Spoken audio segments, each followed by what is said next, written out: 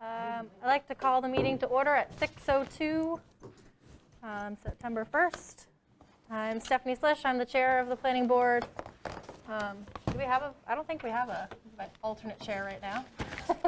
But I've got Bob Wagner down all the way at the end here, Mike Pajek, myself, Jimmy Tarr, and Paul Dostal all the way at this end. And we've got our administrative assistant, Gerard Bueno, here as well.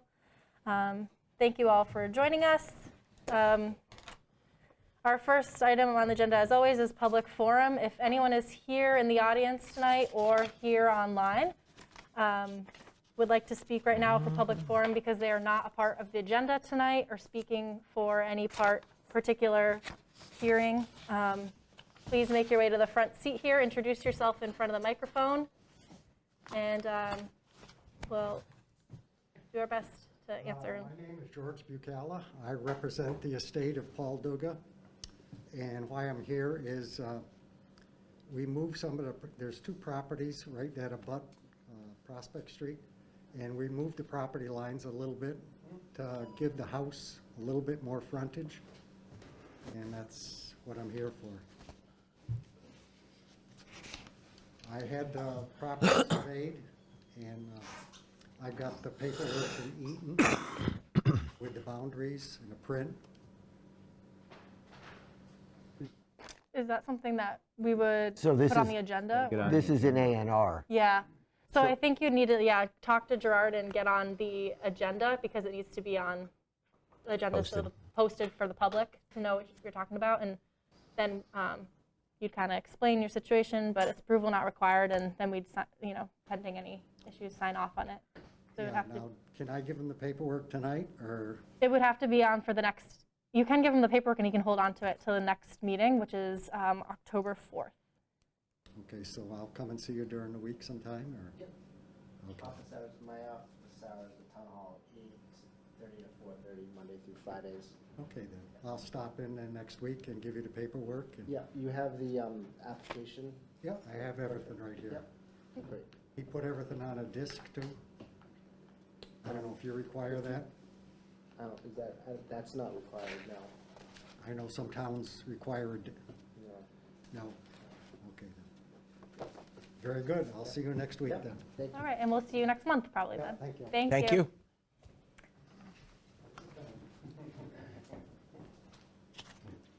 All right, we'll close public forum then. It is 6:04. The first hearing is scheduled for 6:05, so I'm just gonna slowly wake. Okay, now it's 6:05. Great. So this is a continued hearing on the Thayer property on King Street. We, just for everyone here, just to go over how public hearings work, we open the public hearing, the applicant then gives us an update on their project. We are able to ask some questions here, and then we ask for comments from supporters and then comments from opponents. And we ask you to direct your comments at us and not the applicant. And then the board will ask questions of the applicant or of any of the supporters or opponents, and then public hearing will then be closed. The board then discusses and then votes or votes to continue the hearing. So if we'd like to open the hearing, public hearing for the Thayer project King Street, please come to the front here in front of the microphone and introduce yourself and talk about your project. So I'm Linda Thayer, daughter of Walter Thayer, whose project it is. And as you know, that we applied for the special permit back in January and submitted a plan that was brought before the planning board. And there were a few things that we needed to go away and get. One of them was approval from the Conservation Commission, which we received last month. So we had engineers draw up extensive plans about the ecological impact, and there is none, but of the things that we want to do. That plan was approved, our engineers appeared, and the Conservation Commission approved that. So now we return to you with that approval. To the extent there's other things outstanding or things that you want to hear about, please let us know. Mm-hmm. Could you just go over a little bit of the plans just for the public, just the plans for the property and what you're applying for? Yes, we A special permit with site plan review is what we applied for. And the property is currently zoned for business, but in order to get the in order to use it in the manner that they want, we were advised that we had to do the site, apply for a special permit. And what they are asking to do is basically to use the property as an entrance and exit for the current business that's at 84 King Street. They are seeking a permit that would allow them to store natural materials that are either from the property or that they temporarily bring them in and take them on a job, and to store the existing equipment that they have. This is not a request to expand the business in any way. It's more to, and so I understand that for the special permit that we're seeking, and I apologize, the code is in our request, and I'm not thinking of the code right now. 5.27 construction industry and suppliers. Exactly, and that's for storage of vehicles and construction materials, I think, is the two things you need a special permit for. So as you know, the history of this is that that's property belonging to Alfie Tatro, and my father, Walter, bought it in last year, and they started to and have improved the property. They took it over with some, some existing things on it, and some damage to the to the land that had been done by the prior owner, including the prior owner, Alfie Tatro, had dug out under the trees that are along the town line that border the road, making the trees actually dangerous and dying. And so one of the things that my father, and this is my brother Richard there, and one of the things they did was to seek the approval of the tree warden, I guess, or the whoever in Hatfield that looks at the trees. And he inspected the trees and said that they should be taken down, but that the town had no money to do it. So my father and brother took down the trees at their own cost, probably $3,000 all told. And so I understand that neighbors have requested that trees be replaced, that were removed.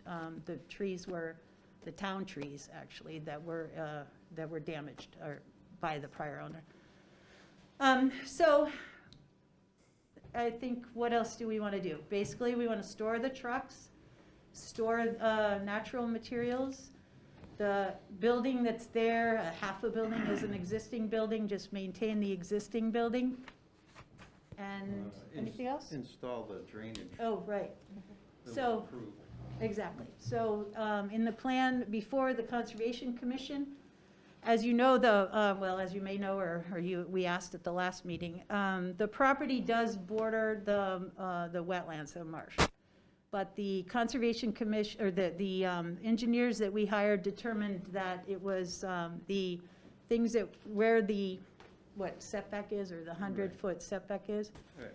And they're not going to disturb any of the, well, the property has a front area and a road that goes down behind towards the marsh area, and about a third of the back of the property is within the 100-yard buffer zone, 100-foot buffer zone. They are going to install a drain that has been designed by an engineer that's outside of the buffer zone, that will actually collect the runoff and absorb it into the soil, such that there's going to be no runoff into the marsh or to the wetland area. Right, it was all approved by the Conservation. Exactly.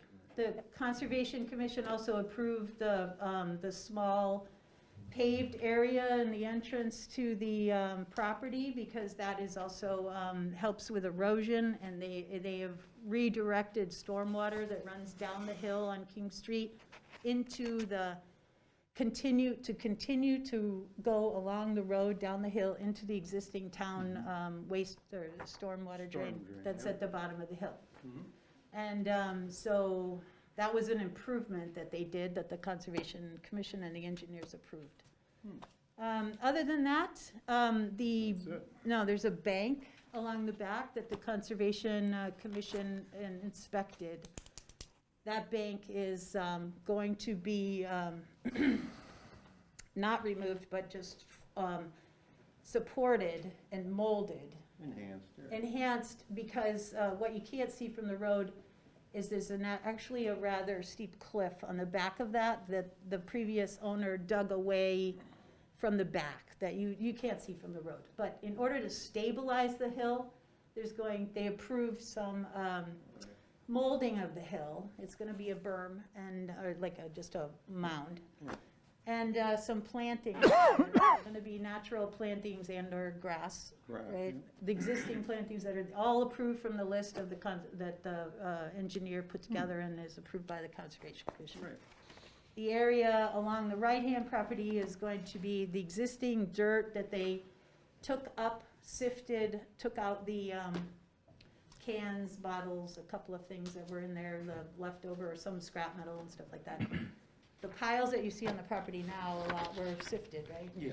So they were, it's the dirt that was on the property put into a pile, and then when they are allowed to continue work, they're gonna spread that, which is now loam or good planting soil, along the back third of the property and plant grass. Right. Which will also help with water filtration, so that any natural rain will not, it acts as a natural filter. They have put down some amount of paver, not paved road, but some amount of paver to reduce any dust from the trucks coming in and out of the property. No, and it's important to know that there's, like, as I said before, it's not an increase in the activity, it's the existing trucks which used to go in and out of 84 King Street, would potentially come in at 84 King Street and potentially exit through this property, or vice versa. At the end of the day, they might come in through that property and be parked on 84 King Street. But it's just expanding in the property, the existing activity, spreading it over 2 plots of land. Good. Do you have any other questions? If you could just talk a little bit about the business and the hours that work and the volume of traffic. Yeah, it's just regular working hours from 7 to 4. Mm-hmm. That's our working hours. And the number of vehicles that would go in and out of there a day. You got what, 2 dump trucks and a trailer? Yeah, and- right now existing, there's only 2 employees, myself and another guy. So if we're working out of the yard that day, it could be more. If we're not working out, we leave in the morning and come home in the afternoon, so depends on what we're doing. Sometimes you leave the equipment there and you don't even Right. come in the afternoon. It's there for the next day. Yep, just This- so the public and everyone knows the scope of Yeah. the The sound level is not going to increase over what's already there and what's already is within existing statutory Bylaws, right. bylaws. Would you be working on the weekends at all, Mr. Thayer? Not for somebody else, that's not, we usually don't work on weekends, unless there's an emergency or somebody calls, well then we'd have to go, right? So mainly Monday through Friday? Yeah. They repair equipment on 84 King Street, which is an existing use. They wouldn't be repairing equipment on this property, most likely. They're just housing it and, right? There's right. nowhere, the garage and all the things they use to repair equipment, it's on 84 King Street. I know the rest of the board has the opportunity to ask questions after we hear from supporters and opponents, so do we want to hear from them now? Sure.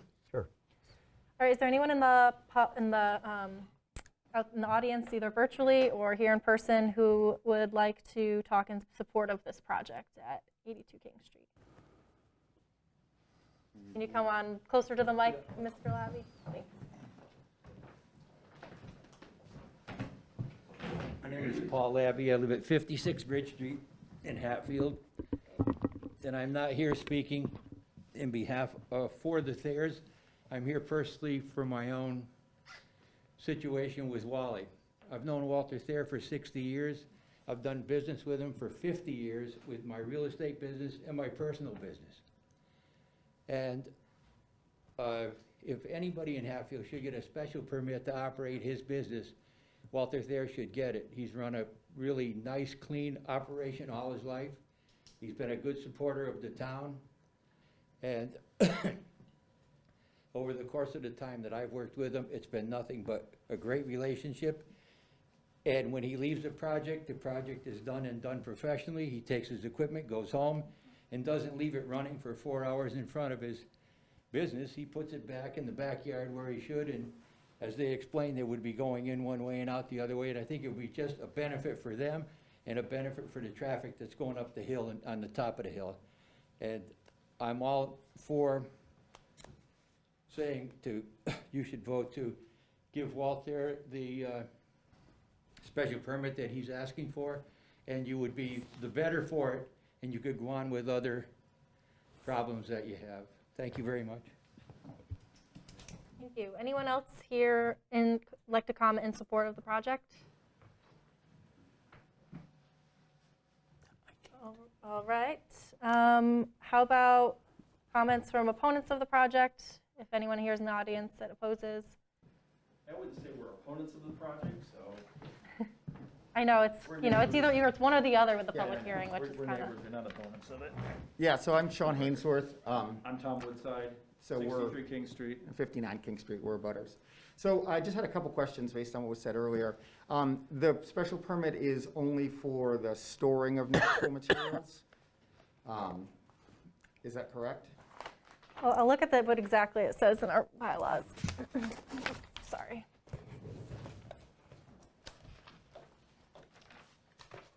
Well, what they're asking for in their application, too.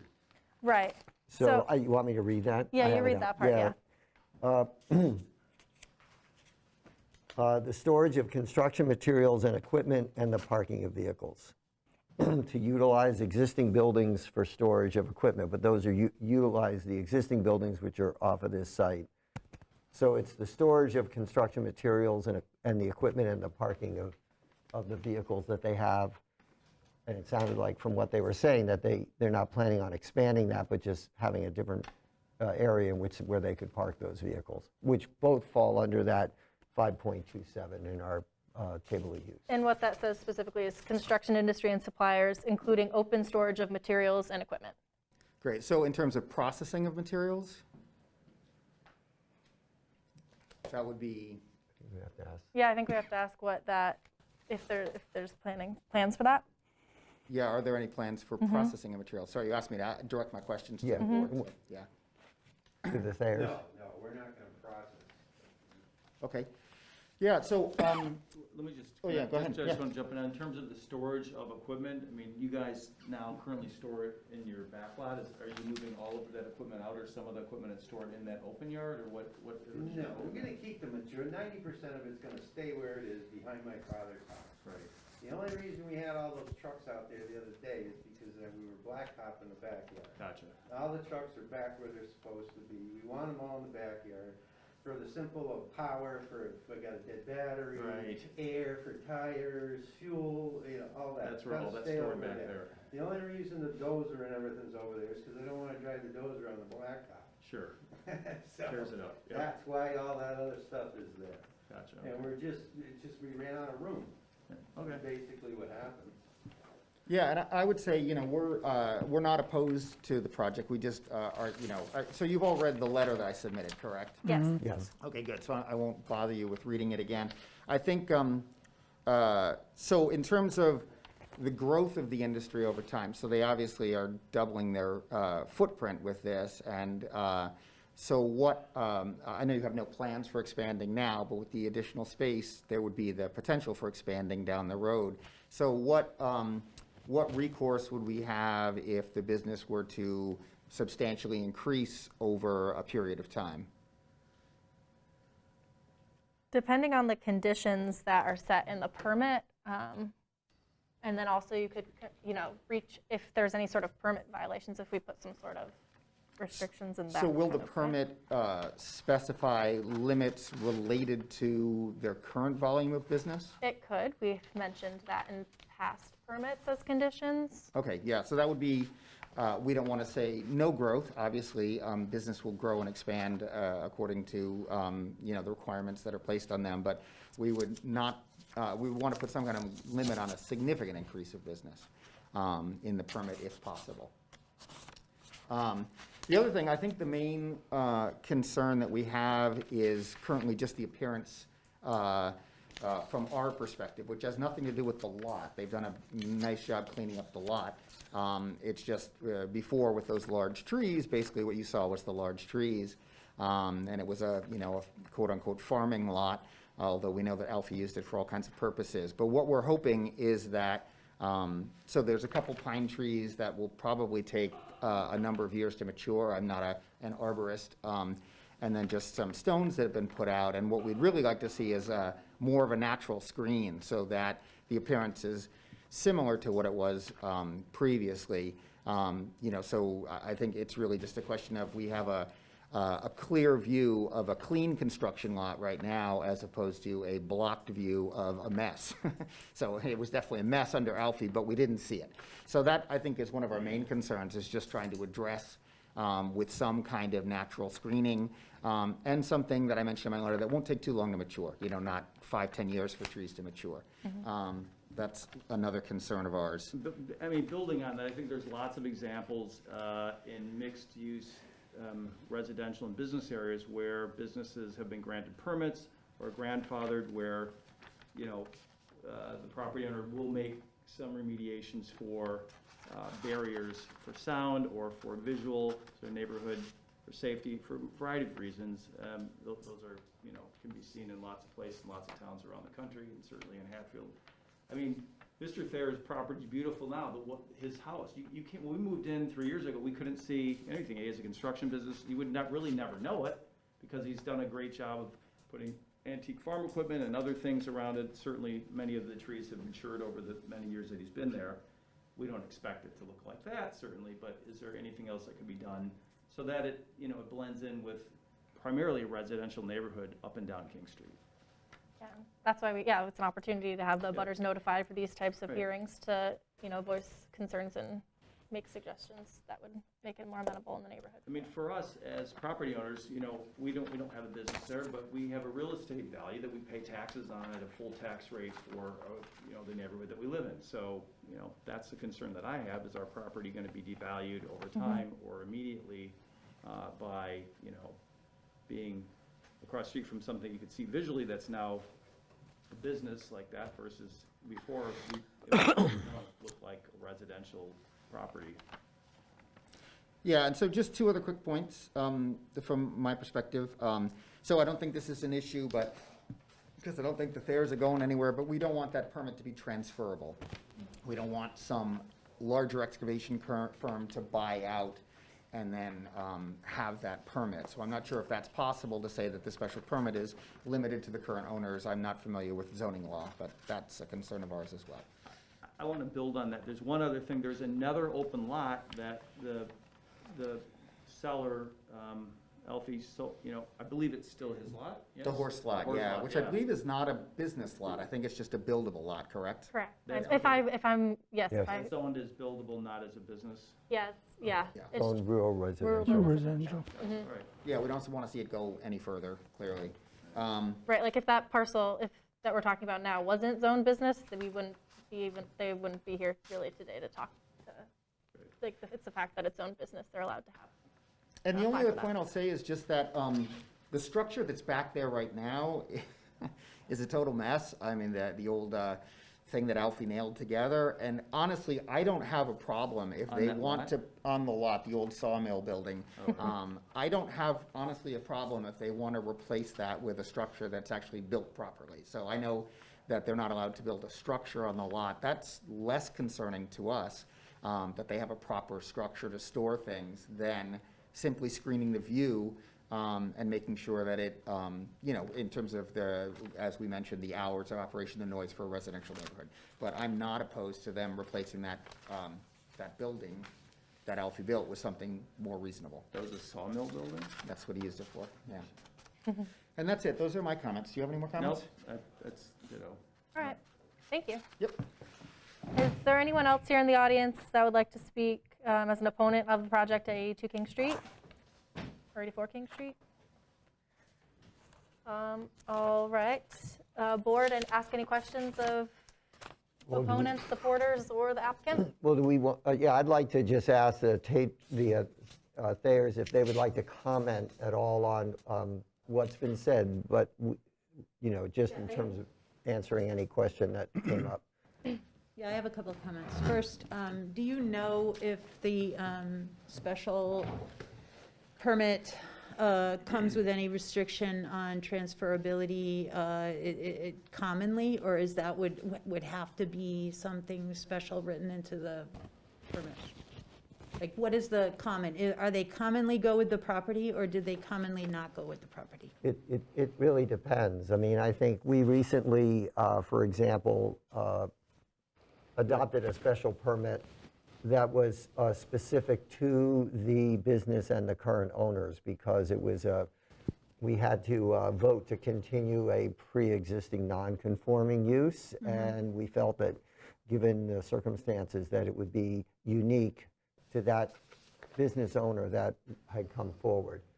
So that is something that we can certainly do. Well, here's something I would like for you to take into consideration, is that my father's 82 years old. My brother is part of the business. He's you know, the business basically now.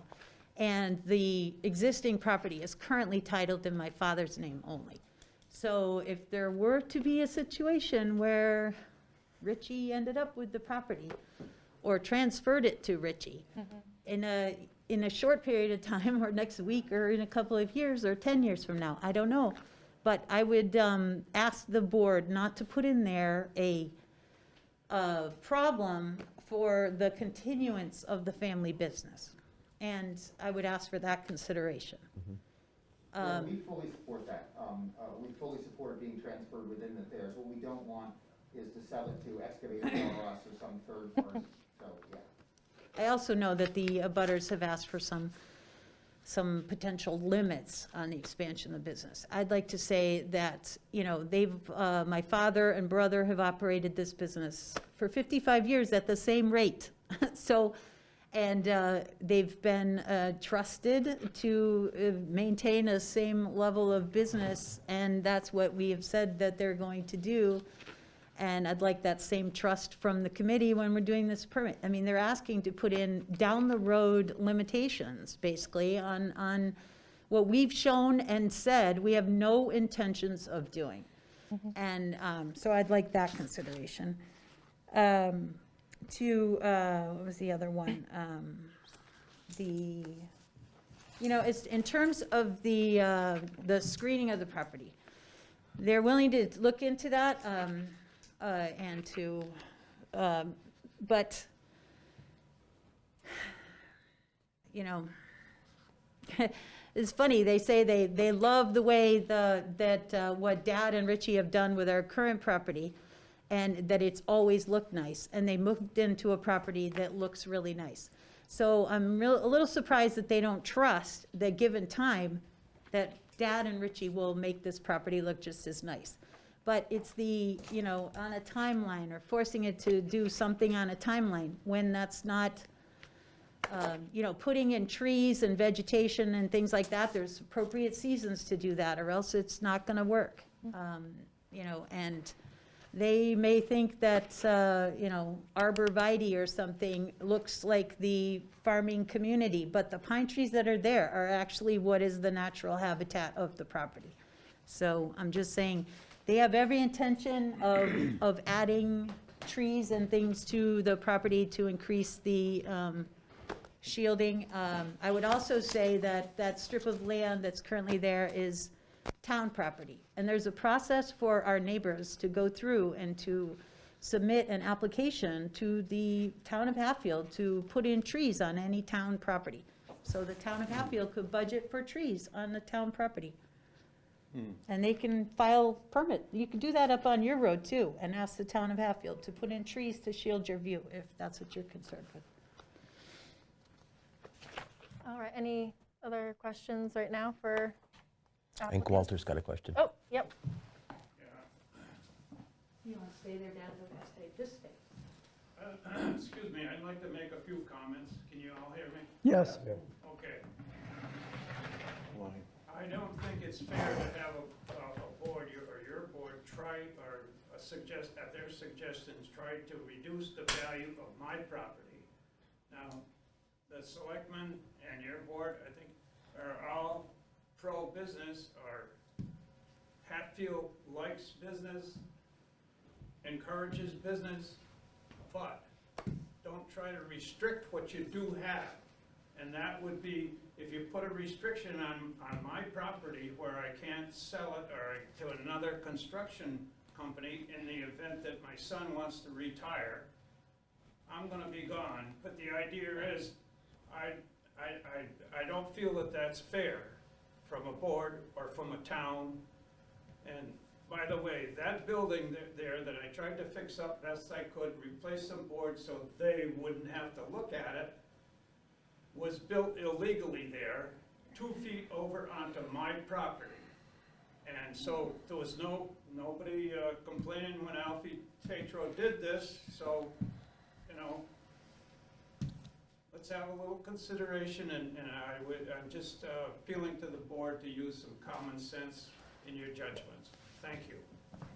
Thank you. Yeah, I think that that's the balance. Like, you know, the abutters have said, well, our improving of the property that we acquired has somehow devalued their property. I would argue that it probably improved it, because when they bought the property, they bought next to, and you all have driven past it, the leftover, you know, remnants of what Alfie Tatro wanted to park there. So we actually improved your property values. Please don't devalue ours. May I make a Yeah, comment? yeah. Yeah, just quickly, so, I don't think anyone's restricting the sale of the business. It would simply be that anyone who wanted to buy the business would have to negotiate their own special permit. What we're asking for is that this first special permit is limited to this owner, and then a future owner would have to negotiate their own special permit. And two, you know, I don't wanna get in arguments about property values. The point is now that we look down into a construction zone, whereas before we looked at trees. So that's our primary point. And trash. No, you didn't see the trash. You didn't see the trash. Oh, okay. Because it was overgrown It was by overgrown. bushes and Well, grass. that's right. There's a wild- Oh, it's over. right, Oh, okay. All right. Yeah, that's a pointless argument, but that's our perspective. I mean, the other piece on selling the business, of course, people should be able to sell the business. You know, it's America. But the question is, and the question for the board, if I were on the board, I'd be looking at it and saying, wait a minute, if a larger or aggressive company that doesn't have the same relationships and history that Thayer's had bought it and decided to do a lot more within maybe, depending on how you said, the permit could be a wide open permit, then what is this thing gonna look like? You know, 50 trucks a day going in and out, it's completely different than what they're talking about. That's a consideration certainly on the permit issue that you raised.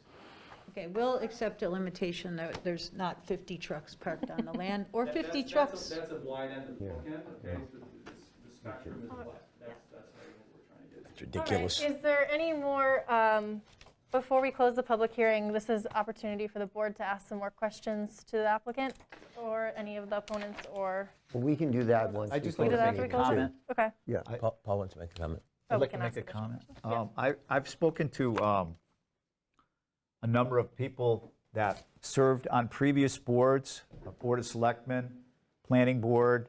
One member of the Planning Board served over 45 years. He was actually a competitor of Mr. Thayer's. And in his dealings with the town, there was never one complaint, not one complaint about the Thayer property up there or any of his business dealings within the town of Hatfield.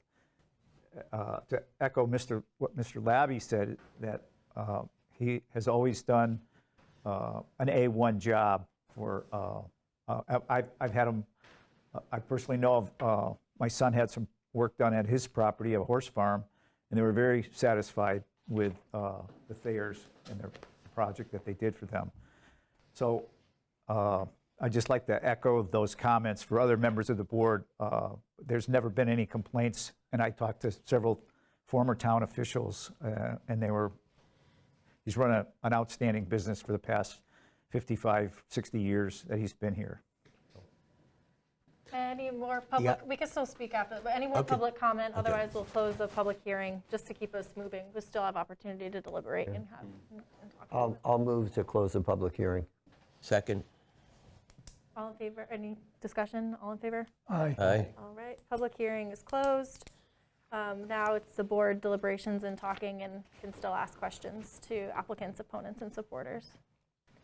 Well, I've had the Thayers work on my property for 37 years that I've lived there. And I can only say that they've done an incredible job. When they put the sewer in for me because the septics failed on my property, they put in a line from my house at 59 Prospect Street over to the nearest sewer in front of the Polish Club. In doing so, they set it up so that every single one of my neighbors could hook into that line that I paid the Thayers a very, very reasonable, fair price to put in, and they all have hooked up to that sewer line because of the great work that he did and his son did on my property, going down Prospect Street, across the pavement, and into the sewer line in front of the Polish Club. I cannot reiterate what Paul, or what either Paul said about the quality of workmanship, the honesty, and an example, a primest example of how they have been part of this community. We have good friends that live over on Plain Road. Their horse died on a Sunday. They called Walter. He came over with a backhoe on Sunday for free, dug a hole, buried the horse, and drove away. That's the kind of people that work in this town. That's the end of my comment. So what I'd like to say is that the testimonials that have just been said, I think further reinforce perhaps the position of Mr. Woodside and Mr. Hainsworth, in the sense that the Thayers are indeed, outstanding members of the business community and the community writ large, and that I would be in support of a special permit with site plan approval tied to the Thayers and their business, and not to the property necessarily. And here's the reason why: is we had a project out on West Street for trash hauling.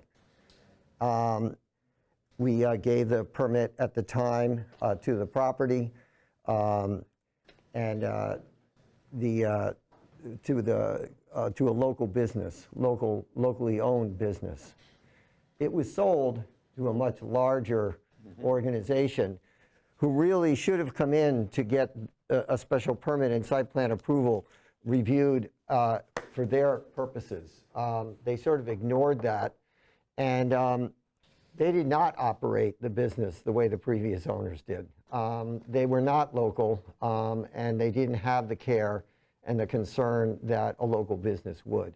We have since actually reached agreement with them with a special permit and site plan approval for them themselves, and I trust now that we haven't heard much in the way of complaints, but we were getting complaints on a daily basis almost.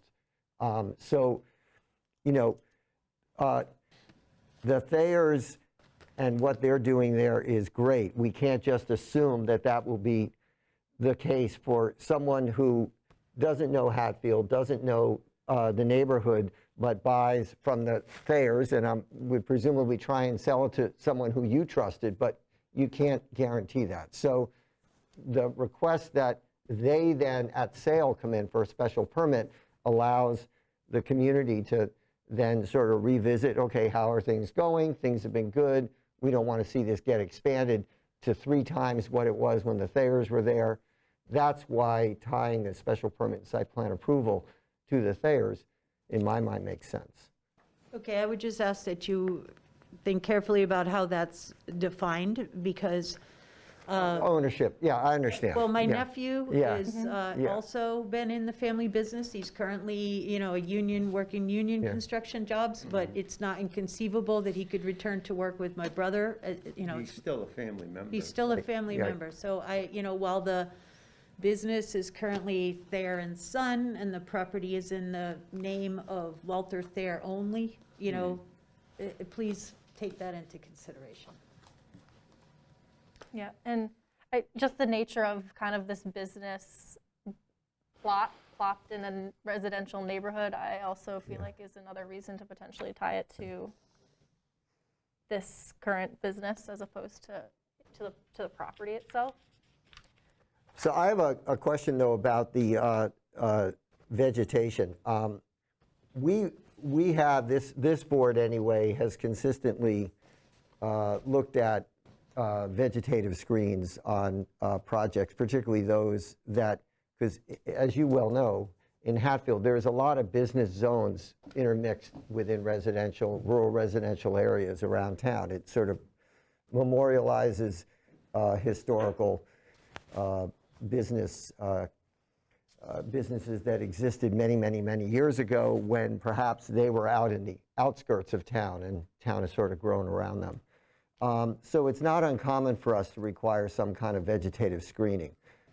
However, even for our industrial and light industrial lot characteristics and setbacks, those vegetative screens are only required to reach a height of 6 feet within 4 years of installation.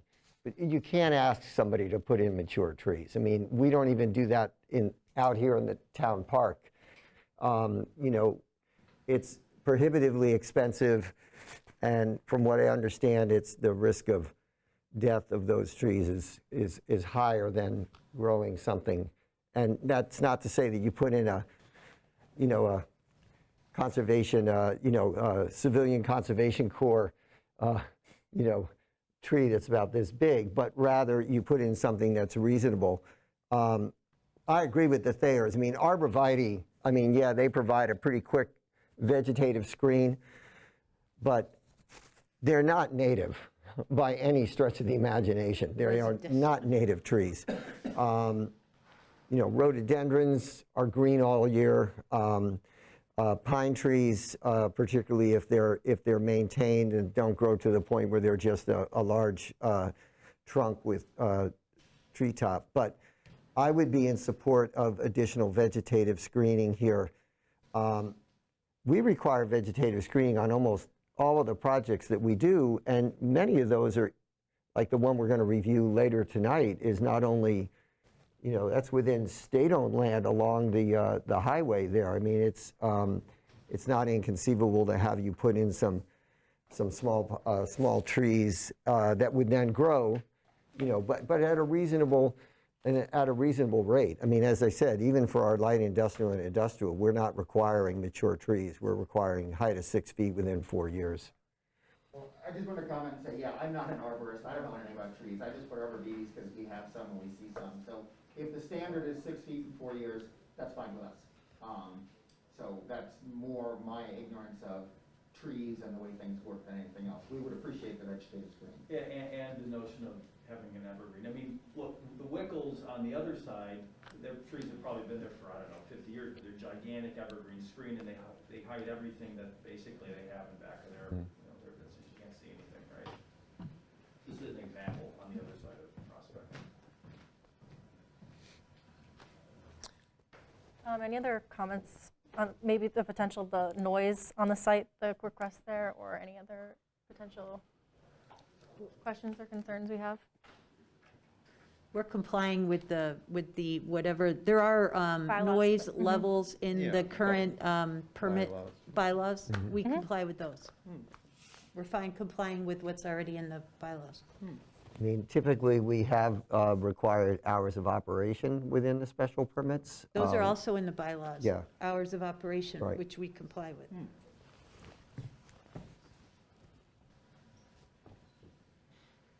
Everybody good? I'm good. I'm fine. Anyone want to make, I make a motion, we accept the Thayer's application for a special permit with site plan approval for the 84 King Street property. Any, with conditions of any kind? No. Any second? I'll second it. Any discussion?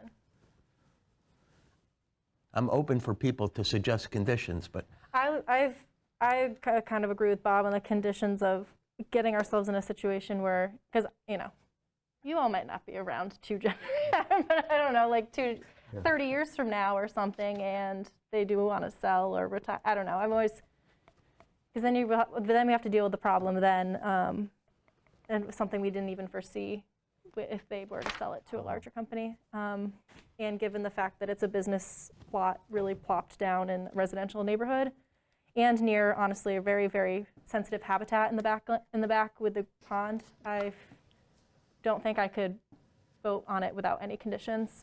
And also, I would think adding a couple of what extra conditions? trees or something like that, that would be What good. conditions would you like to add? I'm trying to think of Well, how we would determine. I would think we would need to, you have a motion on the table Yeah. that's been seconded. We have to vote on that. Okay, that was the discussion piece. Well, we have to discuss it. I mean, Yeah.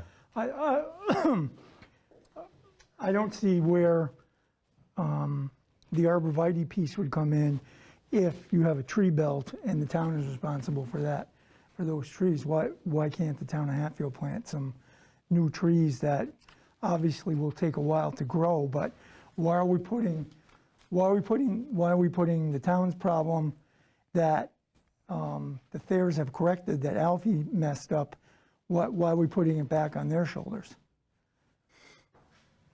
That's a good point. I'm looking back at my notes of 8/20/2020, almost more than a year ago, and that the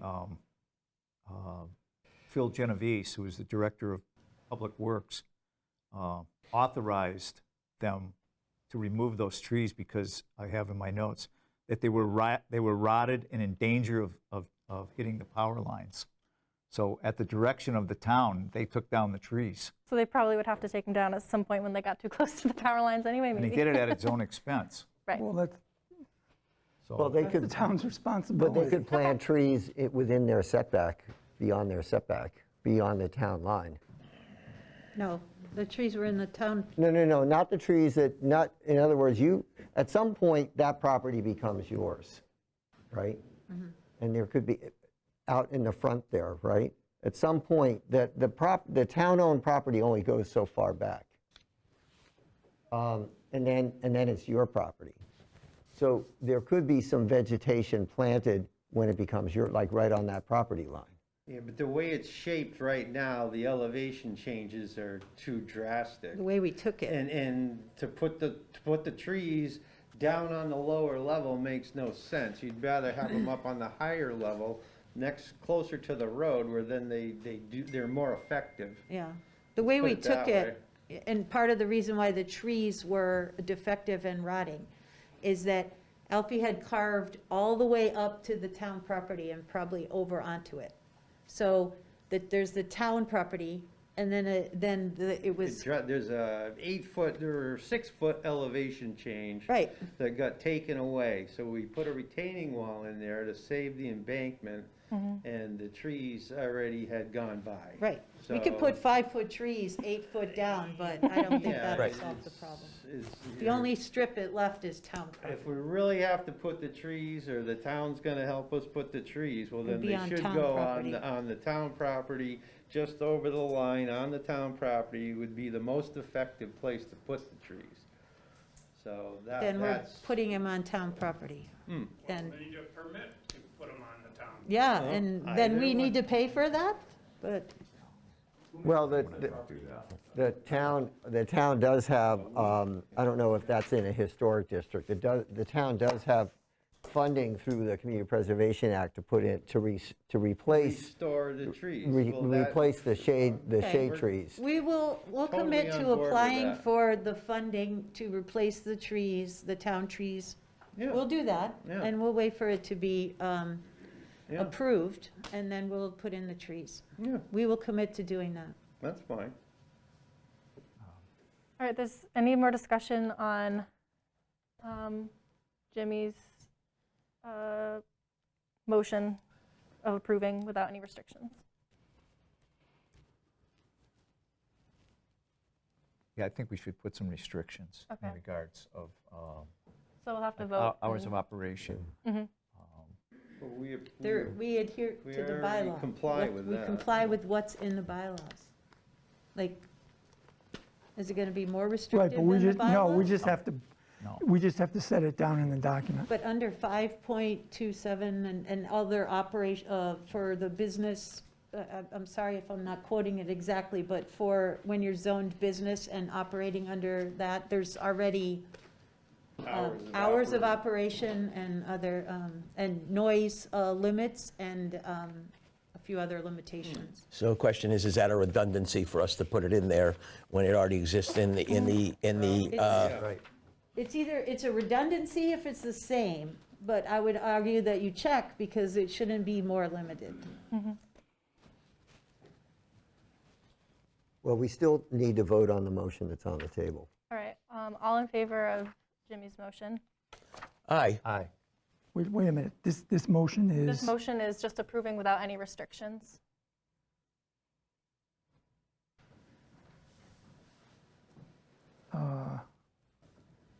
approving without any restrictions. Aye. All, so those 3 in favor, any opposed? Nay, I'd say nay too, so it doesn't pass. because we need 4 out of 5. Right. Yeah. So, okay. So now, someone want to make a motion with restrictions or something else? And that's Let's pretty, discuss the restrictions that we're trying to, that we, I would say we almost always have restrictions with any sort of special permit. There's usually at least one, like, this is not like an out of the ordinary I would call them conditions. conditions. Yeah. Yeah, I'm sorry, conditions.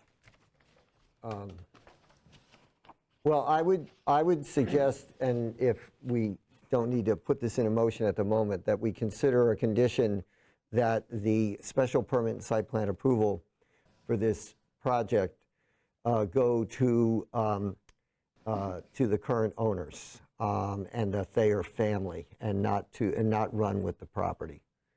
That would be one condition. I have to say, I'm not sure about the regulations regarding building or actual operation, because we have many businesses that we have permitted over time that have had some odd hours of operation, even Saturdays and Sundays. We have one in particular that is allowed to operate up until 2 o'clock on Saturdays. So, I mean, I don't know if it would be unreasonable to condition the special permit to hours of operation being 8 to 5. 8 Yeah. is late for. No, I thought you said 8 to 4. 7. 7 Oh, to you 4. said 7. Oh, 7 to 4, okay, so 7 to 5. I mean, I don't, you may be done by 4, but, 5 is a reasonable time, and, even in, if there was offices nearby in a mixed-use development, they'd be open at least until 5. Does it need to be 5? I mean, they're frequently home by 5, but are people sleeping at 5? I mean, couldn't it be later? I mean, what if you And come what in are- at 6 or the 7? town- Are we The gonna, town bylaws already are are till we 7, aren't gonna they? get a stop work Yes, I if they're at think so. 5:05? I mean, like, What is the town bylaw right now? what's reasonable? about What are we time? trying to prevent? Are we trying to prevent I think people it's being woken? not in the Well, zoning it's bylaws. Excuse me? I don't Yeah, believe 7 that's to in the 7 zoning is what I bylaws. think the town says, but I would like a copy of the bylaws because I could find it, but I got no service on my. I don't have the town, I don't think I have a copy. I don't think they're in the zoning bylaws, they must be in the town bylaws. Separate set, but I Yeah. don't think I have a copy. And I only have the zoning bylaws on. in front Either of me. way, we're gonna conform to the, Right. what you have already on the bylaws, so. We're not working 24/7. No, and they go to bed early, so And we're not- they go to bed before our neighbors, so. Yes, Mr. Thayer? Yes, there has to be some common sense and some flexibility here. Right. I mean, would you want me to come to your house to work there and then, I gotta stop at 4 o'clock? Well, you only got an hour or 2 hours more to finish it. We wanna finish it, bring In the daylight. equipment home. Oh, I can't bring it home because my neighbors will complain, I'm bringing a truck in at 5 o'clock or 6 o'clock or 7 o'clock. No. So where does that leave us Yeah, I feel like, Yeah. in this pro-business community? I would, My apologies, I have to get my kids. yeah, well, Thank you very much. I I think, feel like given the size of the business, the hours might not be something. well, especially if we are going to tie the special permit and site plan approval to the Thayers. I mean, there have been numerous testimonials tonight about how, I do have you a know, copy. important the Thayers are to the community, and I agree and appreciate that. That's who those testimonials have been about. They've not been about somebody that we don't know at all, who, you know, could move in 10 years, who don't have the reputation or desire to have the reputation that you have. and we have And I no, don't, and I would say, yeah, given the size of the operation, and like I said, if we keep the restrictions to just them, I don't know if we need to put hours on them. Like they said, there's only a couple trucks. Well, and I think don't we're know. just, Within the business, right, whatever's. right. I'm just trying to prevent something like we've had complaints from people working at, you know, cutting logs at 11 o'clock at night. Or, Right. you know, coming and going all hours of the night. Correct. And I know that they haven't done that, but I don't. Right, but we also know that they've been very good, very good neighbors for a long time, and we have to trust them. So- That's what it comes down to. We have And to, then like, how do you stipulate emergency situations where they might have to go and do I- something at a random Sunday or something like that? for example, they dig holes for most of the cemeteries in the town of Hatfield. Do you want them to not do that on a Saturday or a Sunday, or, you know, after hours? I mean, that's one of their jobs for the town of Hatfield. I'm fine with dropping that, but to Mike's point, we have to trust them. We're trusting them, which is why I think it's totally appropriate for us to have the site plan and special permit tied to the Thayers and their business. I'll go along with that. On the vegetation, I guess what I would hope is that we could say that to the extent that a vegetative screen on their property be installed. Now, I know that it may not be possible given where it is, but every effort be made to work with the town to enhance that vegetative strip. Because it seems to be out of their hands, but there may be on the area, like where you have the vegetation now and the rocks. The vegetation is out by the road, and Right. there's a strip of property from the edge of the blacktop to the property pin or the layout of the road. It's gotta be 25 feet wide, that the town owns with a strip of grass on it that we're currently maintaining, and that's where the trees should go. And is that where those rocks are that you put in and the pine trees? There's one big oak tree that's sitting Yeah. there by the entrance. Right, That tree is a town tree. That oak tree is a town tree. okay. And it's on the town property by a good 8 feet. So the other, but when I've been by the property a couple times here recently, there's some sort of monument stones out there now? Oh, and yeah. They would just keep in line, run parallel with the road, probably 20 feet off the road. Any type of planting a tree in there would be fine, because the wires are on the other side of the road. So is that your property? No, That's that's town. the That's- town's that's town property. That's where we're, We'd also have to ask the town, so they don't, or the wires on the We'll other work side? with the well, tree we'll warden. work Work with, with if the they, tree. if they require it, well, Way then we that's- can. Yeah. is Work it, with the town. is it actually the town's property or is it the tree belt? It's the layout, yeah, it's the town's property. It is It's the the town's layout of the property. road, Okay. which is town property. Okay. Yeah, and which we're cleaning up and mowing and maintaining right now, because it's like you mowing out in front of your house. You don't own all the way to the road. No. There's a layout. We're Right. not going to keep it unmowed. Right, so why, but, I mean, we're just trying to keep up the appearance. So if you want trees, well, Yep. then they have to go, that's where they should go. One more comment. Phil? Yeah, another comment back. Just one question, so did the trees that were there, I heard that the town owned those, that they must have planted, the town of Hatfield planted them at Yes. some point, many years ago, right? Or they were on the They lot? Or they're naturally. Just like- Natural wild. Sure, just like in the front of my house. Right. Yeah. And you could see right through those trees. The only canopy there would be the only buffer for sight. But you could see between those trees anyway. All right, okay, so any other comments or questions or thoughts on conditions? How's your reading over there? I'm trying to find the noise thing, but I would make a motion that we approve the site plan, the special permit and site plan approval submitted by the Thayers for the Thayer business. And it can't really be a condition of the, because it's sort of an awkward thing, but we can, with a sense of the board that you do what you can to work with the town and appeal to the town to deal with the tree belt. I agree with that. Absolutely.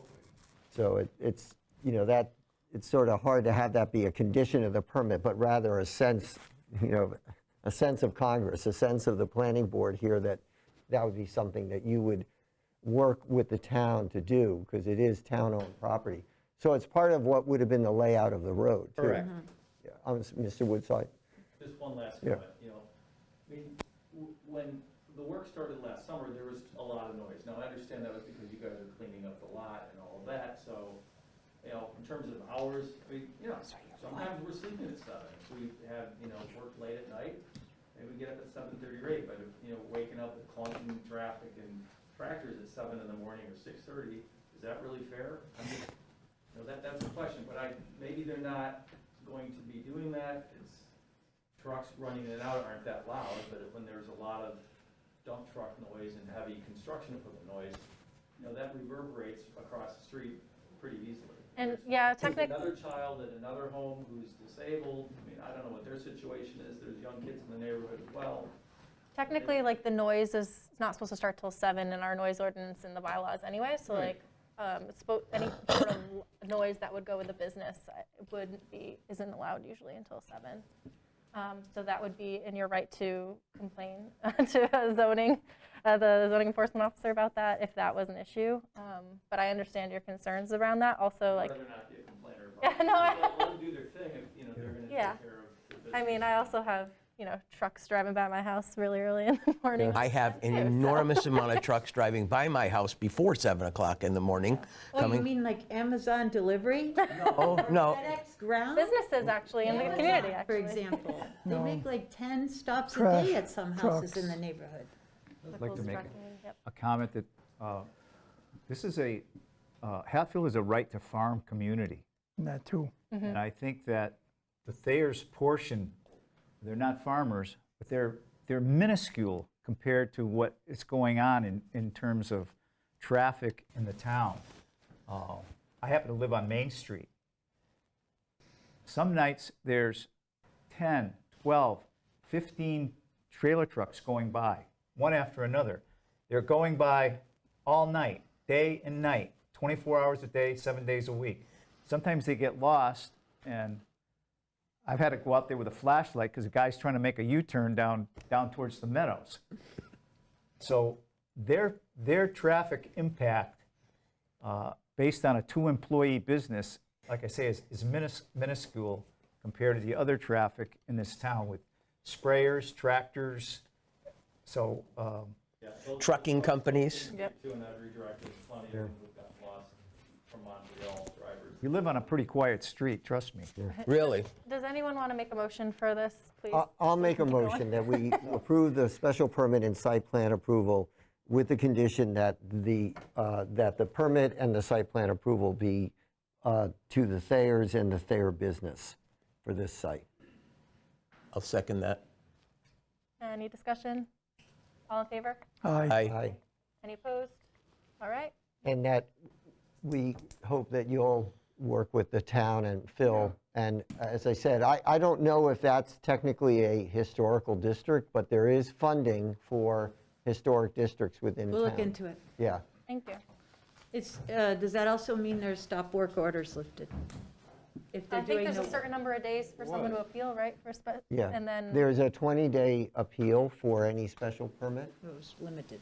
so, yeah. Okay. So that, as soon as the special permit is filed with the town clerk, which should be, The only go in and sign the only tomorrow. work that'll be taking place is what the Conservation Commission already Yep. approved. That's the only thing we're gonna do next, and that's it. Yep. There's yeah, no- and But the appeal of the special permit, there's a 20-day window between when it's filed with the clerk and if, Yeah. yeah. Okay. Yep.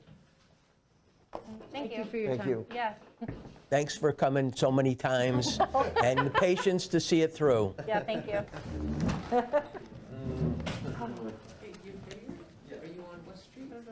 Oh, to read these? Oh my gosh, yeah. Oh, for the new ones, thank you. Didn't have to read them.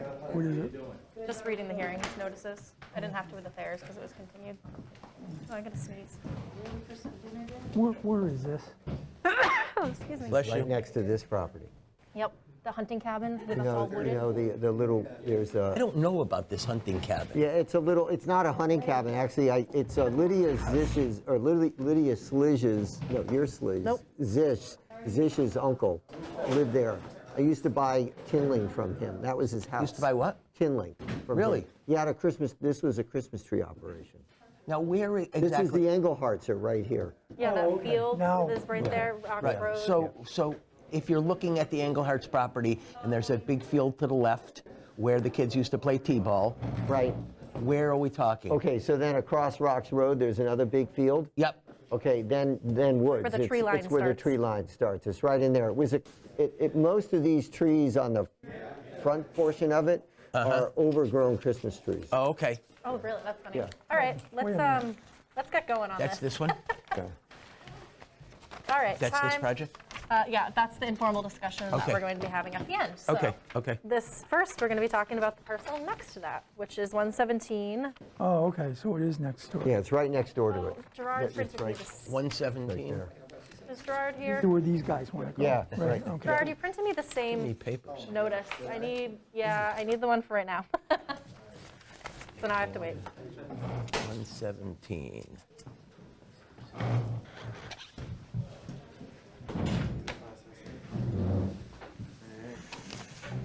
Oh, wait, hold on, I got it, never mind. 64 West Street. So you can start even though Yep. he's not here, right? All Yeah. right.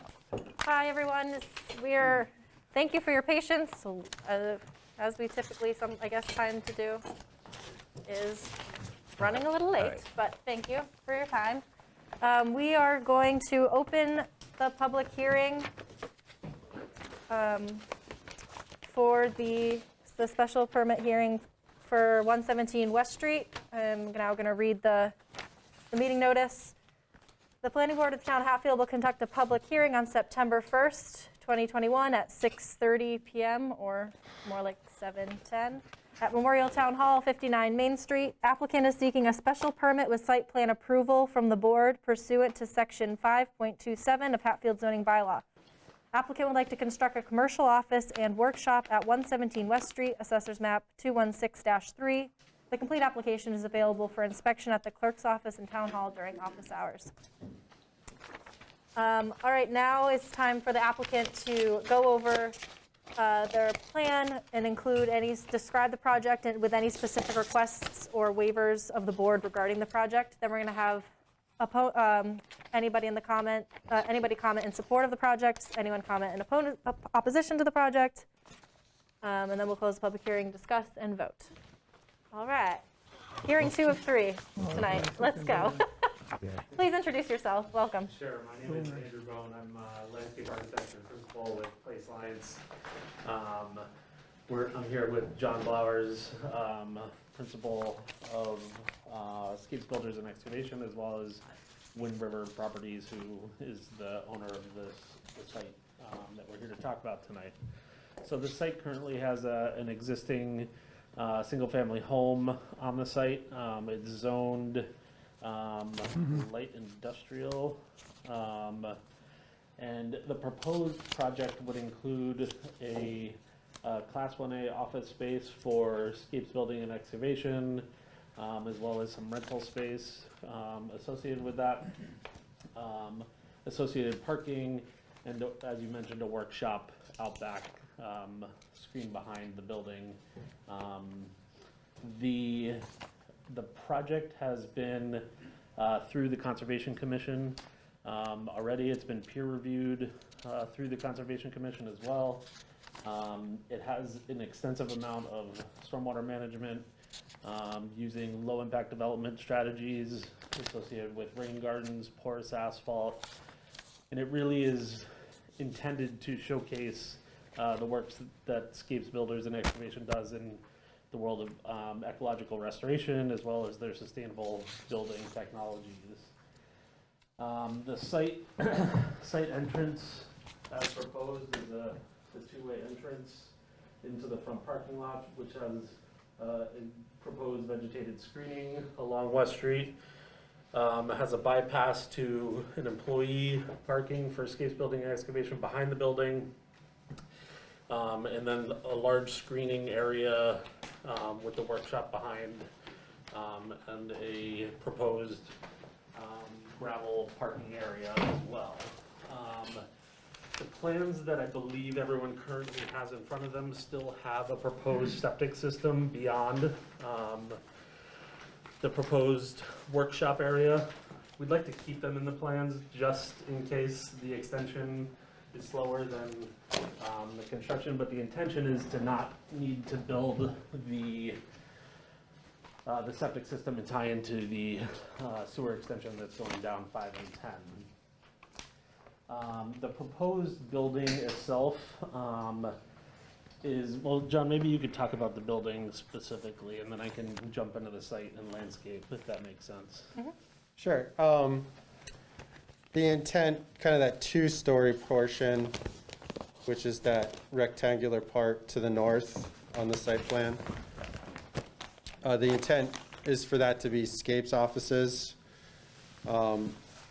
And the single-story portion is really just meant to be small business rental space. So we, in full disclosure, we're copying an idea from our current office building that we reside in. Our offices are in South Deerfield and our equipment's up in Conway. So the idea is to, have one location. The current building that we're in has a lot of small business. It's anywhere from a dog cardiologist to a travel agent, just easy, affordable space. So yeah, it's pretty simple. Our side of the building is primarily for, office, a couple supervisors, project managers, a receptionist. Most of our employees are off working on projects. So that's the building. Can I ask a question? And would that, yeah, There's no residential involved with this? There's not. Okay. and would that be tearing down or taking down the existing It would. building and putting this up in the same-ish spot or a different spot? Where the current house is, in order to, just for that parking space in the driveway, is essentially right behind the current house. So the building actually would sit further back from the Okay. current building. Oh, I see. So I just have a comment on, and I see on your plan, the schematic for your office space and then the other space that you would then lease out, and you have each one of those listed as office. Sure. And I would just encourage you, when you're considering tenants, that you look at our table of use to make sure that those uses are allowed within a light industrial use, because, for example, some retail establishments and things like that, some service establishments are not allowed within a light industrial, but, a doctor's office, something like that, or probably, a professional office. So when you say office, that means something different than. No, I appreciate that point, and we don't actually want a retail space. We really want like an accountant, and we want to keep it small and simple. Yeah, But good. thank you. Something along the lines that's not going to generate a lot of traffic, like a convenience store or a Exactly. Yeah. or a barber shop or a beauty Yeah. salon or something that's going to have constant in and out traffic all day. And some people think this is a bad time to build office space. But interestingly, the building we're in now, I think there's always the issue where not everyone can work from home and they need a place to meet a customer or client. It might not be 5 days a week, it might be 3 days a week. So the intent is affordable space, a smaller, small business. And had I not seen it in our current building, I might not believe it either.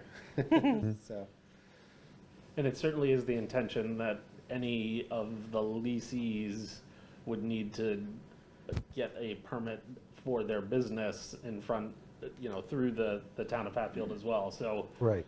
any of their businesses would need to be registered, and where are they doing business to Right. fit into the bylaw? So anything that, so there's that also secondary layer. Sure, but to the extent that you can screen some people and say, look, really, really happy that you're interested in this building, but it's Not, not going to work. It's a square, Sure. it's a square peg. Absolutely. So your potential rental space, that's going to be like enclosed like in a mall? Is there outside, is the egress from the outside or from the inside?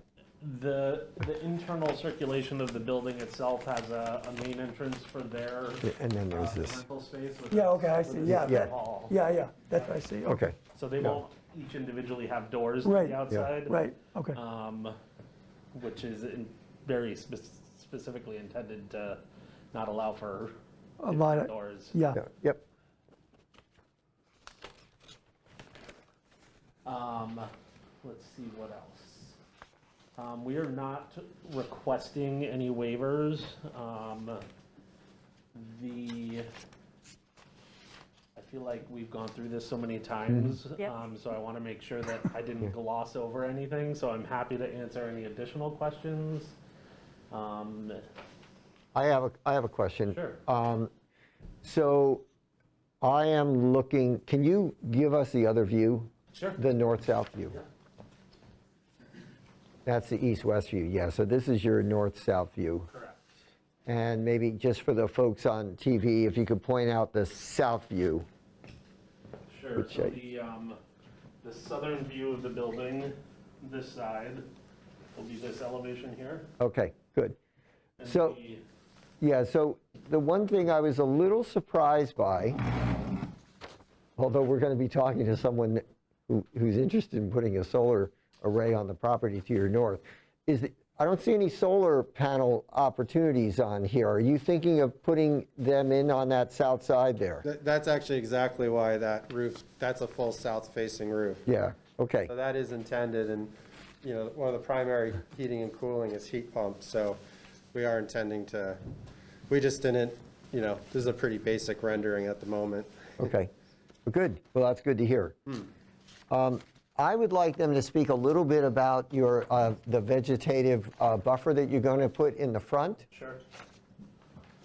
Yeah, absolutely. So we have the cross-section, if you'll bear with me.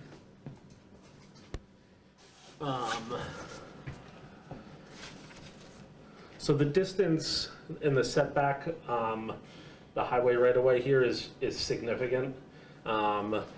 So there's nothing necessarily being proposed through that area other than keeping it maintained and cleaned, and then it'll transition into kind of a native pollinator meadow. We are proposing a raised berm in the front with evergreen trees planted, a variety of native evergreen trees planted on that. And then the stormwater rainwater garden is just beyond that. So, this buffer is, what is the distance? I believe it's about a 15-foot wide vegetated evergreen buffer.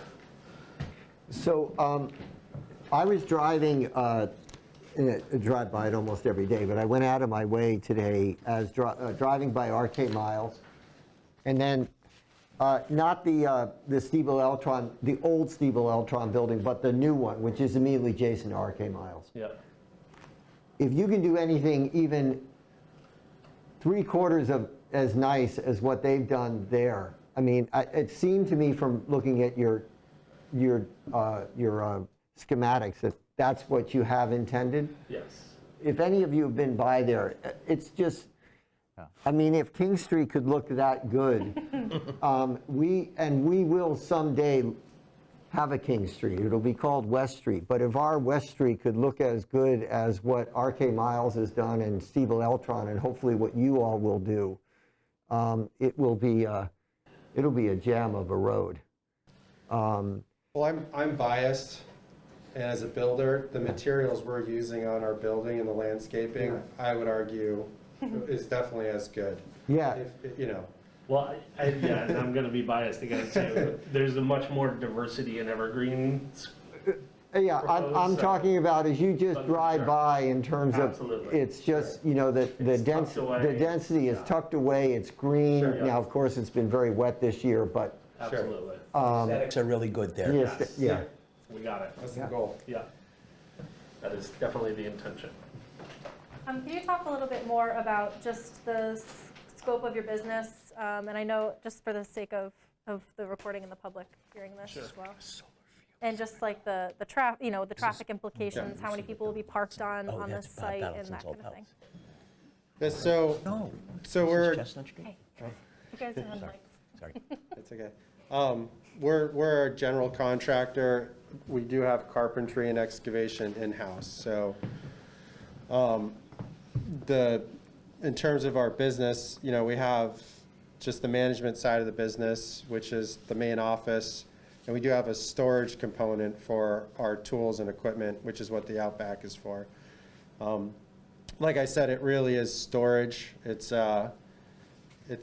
you know, if we're not off at job sites, we're not doing a good job with our business. So, you know, this summer, I don't think we've had, you know, of our equipment, maybe one piece back at our yard that just, we do work at the local schools. We do residential, and generally we're off at job sites, but when we're not, we will be storing some equipment out back. So, And maybe speak to like the employees and how many employees come to this. Yeah, it mentions site 9 staff specifically. members for parking spaces. And is that the office workers, or are those more?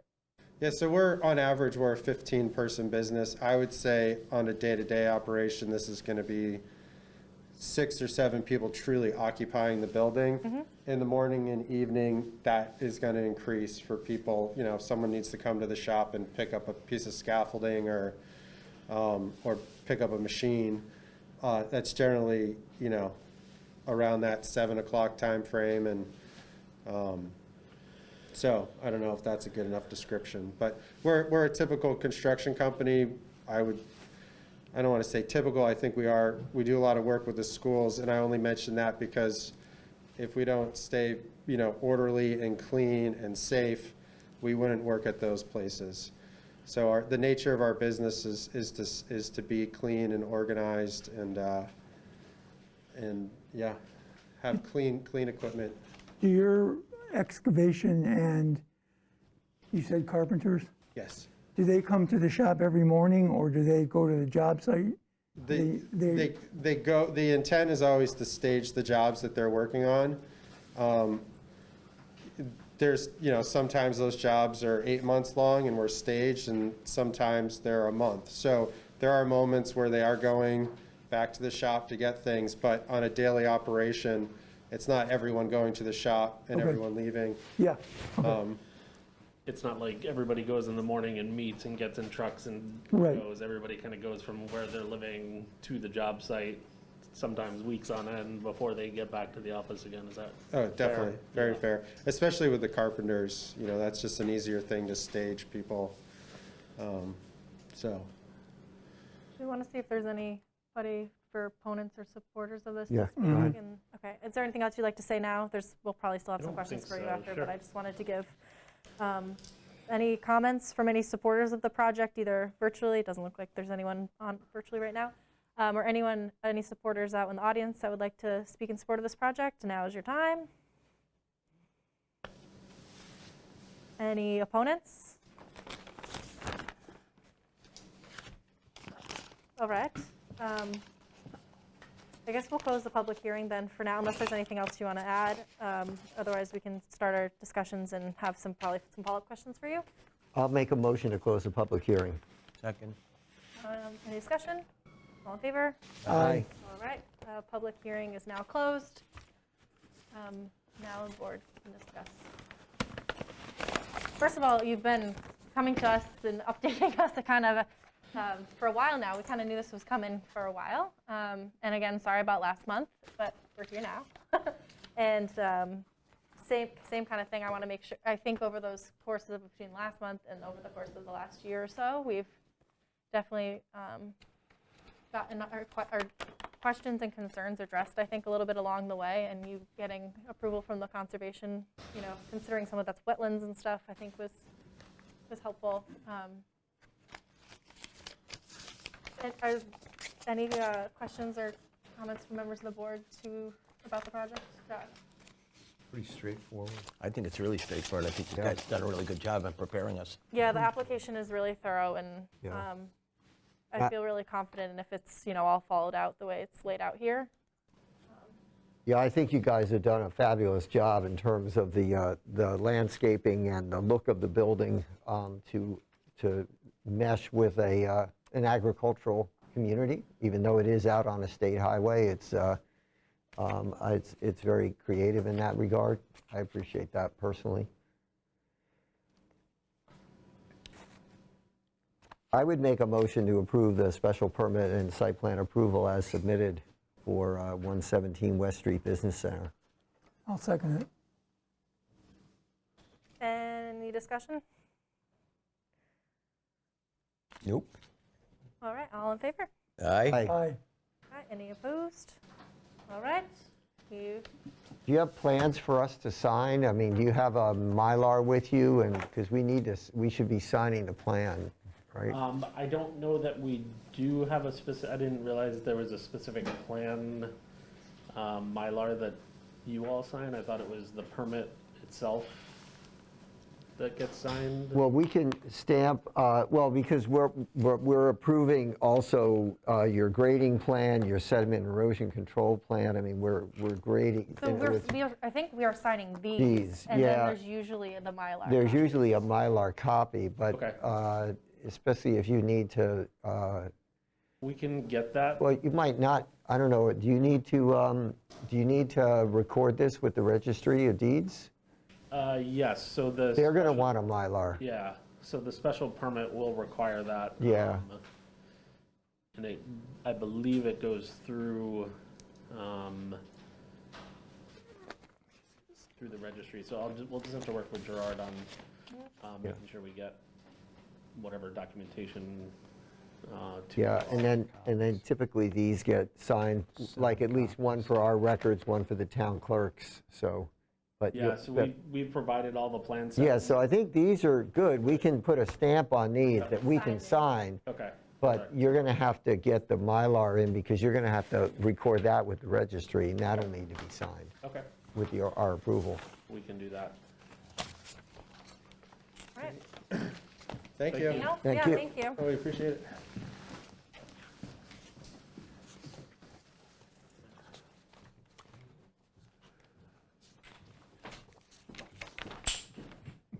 That took 15 minutes. Because we heard it like 4 times, I feel like. Well, also That's they okay, have George. their act down. Good. Paul, aren't we supposed to also sign each sheet, right? You Yeah. have to sign every sheet. Yeah, we had 7 copies. Yeah. Because we have 1, 2, 3, 4, I'm- 5, and then you have more copies? Well, so that would be good for Gerard to ask, because we get 7 copies so that there's 5 for us, and then there's, I don't know if we have to sign all 7, because there's 1 for our office and then 1 for the town clerk. So otherwise, the other ones, I don't know what the other ones are used for. Yeah, Doesn't one go to the building inspector? yeah, so 1 would go to the building inspector and then 1 to the town clerk. Oh, so we probably need 3 at least to be signed. Yeah. And we one have for to them, dig that one up. for They them have to to- take to the Yeah. They're going to have to do the. registry of They have to go, deeds. they have to. That would be the Mylar. The Mylar, Mylar, yeah. Yeah. All right. Good to move on to the next item on the agenda. Hello. Thanks. All right, so Is this a hearing or discussion? this is a hearing. Just the West Street, Yep. So I'm going to read the, 164? Are we on 164? yes, we're at 164 West Street, yes. All right, so I'm going to open the public hearing for 164 West Street. I'm going to read the notice for the hearing. The planning board of the town of Hatfield will conduct a public hearing on September 1st, 2021 at 7 p.m. at Memorial Town Hall, 59 Main Street. Applicant Doug Lee is seeking a special permit with site plan approval from the board pursuant to Section 4.27 of Hatfield zoning bylaw. The applicant would like to expand an existing self-storage facility at 164 West Street. The complete application is available for inspection at the clerk's office in Town Hall during business hours. So now we'll hear your plans for what you're requesting tonight. Any comments from opponents or supporters? And that'll close the hearing and we'll discuss and vote. All right. And please introduce yourselves. Welcome. Hi, everybody. I met some of you last month. I was here for an informal briefing with Chris Chamberlain from Jeff's firm, Berkshire Design. I'm a commercial real estate investor, and I'm also a licensed architect, so I'm trying to be sensitive to the issues of the town zoning code. I'm here because I have a contract to purchase 164 West from the owner, Tony Gleason, and Jeff and I are here tonight to discuss a very modest expansion of the self-storage use, as well as a small expansion of the vehicle storage on the property. As you all have seen in the package, these are both uses that have been going on at the site for a long time. Self-storage since the beginning of the 2000s, and vehicle storage since the time the building was built in the 80s. And Jeff and his team have done a fairly extensive study of the historic uses on the site, which we think are consistent with our current and proposed uses. So with that, I'll turn it over to Jeff and answer any questions. Great. Thank you, everyone. Jeff Slysz from the Berkshire Design Group, here on behalf of Doug and his project at 164 West Street. Just to familiarize yourself real quick, the 5 and 10 is off on the left-hand side of the sheet here, north is up. It's an existing 7-acre site roughly. There's a 25,000 square foot self-storage building in the center of the site. There's 7 additional freestanding self-storage buildings on the southern part of the property. This is all asphalt currently now. There's a gravel area in the back, and there's a larger asphalt area and parking area in the front, which is also being, the back portion was formerly Full Tilt Auto Service. There's a detention pond and on the eastern portion of the property.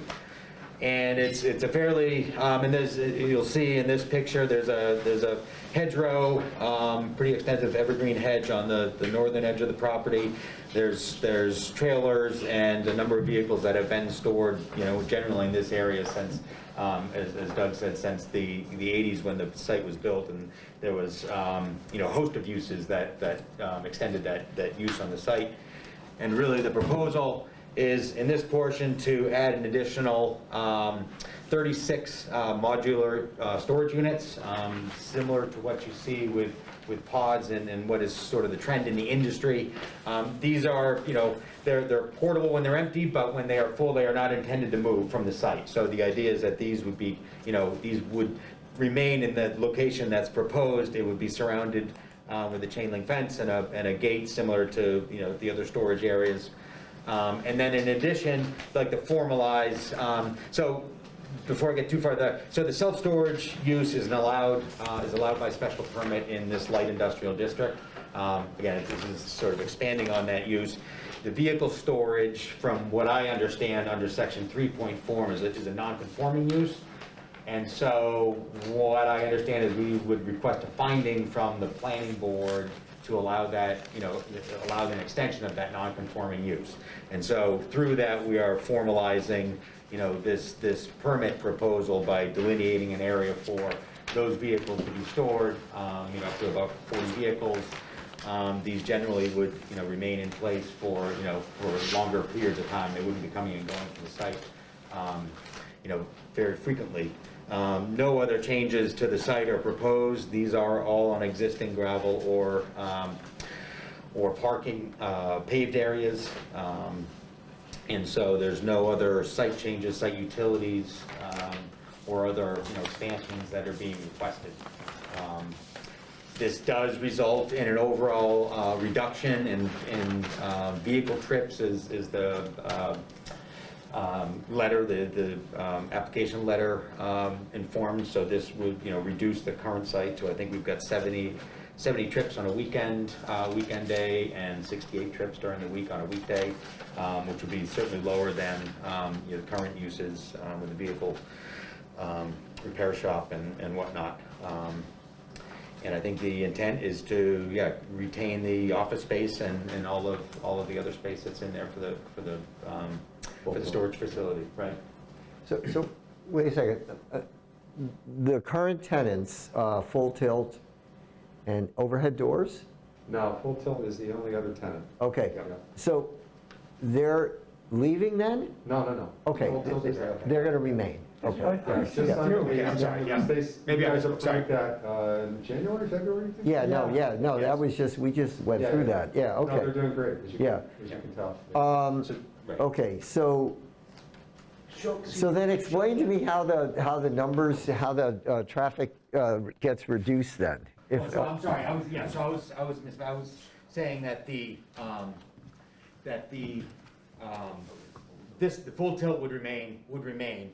The overall use of, I think with the expansion of the current existing self-storage, really, it's such a minimal number that, so maybe I misspoke in saying that it's a reduction. Yeah. It may be a slight increase, but given the minimal number of self-storage, the minimal number of traffic trips for a self-storage facility, the increase is Yeah, very I think Jeff's numbers are 1 car per peak hour increase, that's it. Yeah. Because this is the kind of thing where you're in between apartments or whatever, you put the stuff in there, you're not going back and forth to get stuff on a daily basis. Not frequent trips back and forth. And the vehicle storage, those are not buildings, that's just a space on the ground, those are Space on the ground, lines. yeah. Those are It's lines on, already being used. and those are, what, boats, RVs? No, they're mostly cars and RVs. It's seasonal people who leave their car or their RV here, for the most part. My daughter and her husband park their RV there when they're not using it. Yeah. I just talked to her about it 3 hours ago. Okay. So I have a question One about, other- so you wouldn't be changing like the surface of anything like that? You're just going to keep it as is, just designate that?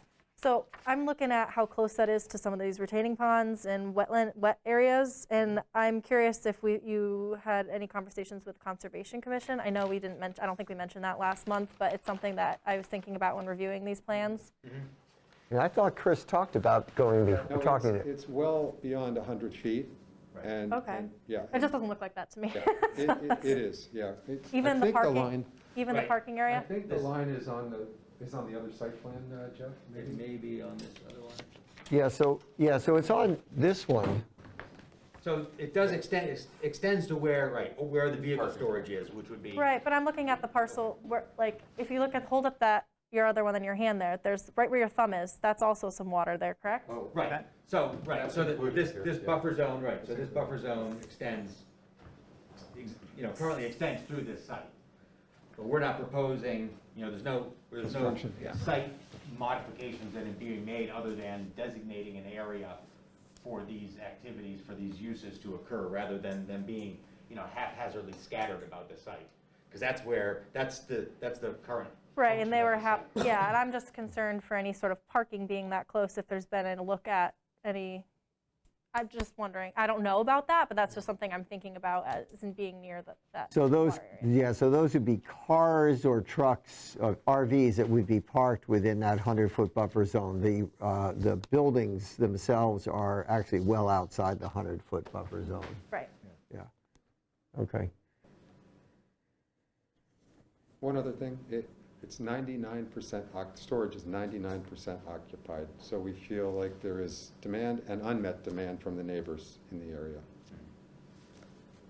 I just from the application and stuff, again, like thorough, but that was one of my concerns is just the closeness to that, Yeah. the water on the north I part think, there. yeah, and I think given that, what our conversations have been is that given the previous uses on this site, which included tractor trailer, repair and storage, Right. and, a number of other, uses that, parked vehicles would be a de minimis use or lesser of an impact on, this area, which, has currently been disturbed and moved around, with vehicles moving in and out more frequently.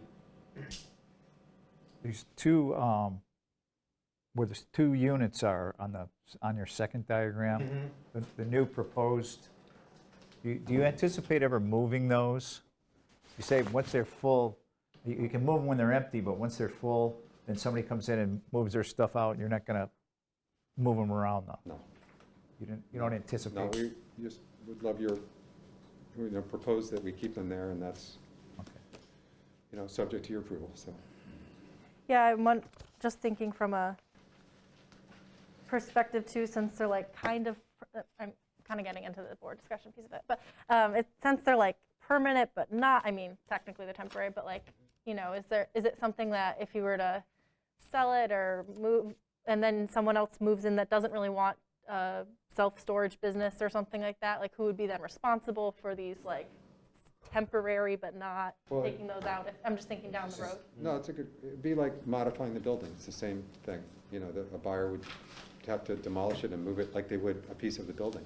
Right, I'm just saying, would it be on you having the temporary pieces of that, or would it be on the buyer to then move that? Because they're just weirdly like not permanent, but. And the buyer. It'd be the buyer. Okay. It'd be, It could go either way. Yeah. To be honest with you. it's no, If there was value it's, in selling them, then. it's, in some respects, it's no different than our previous applicant who's going to tear a house down. Right.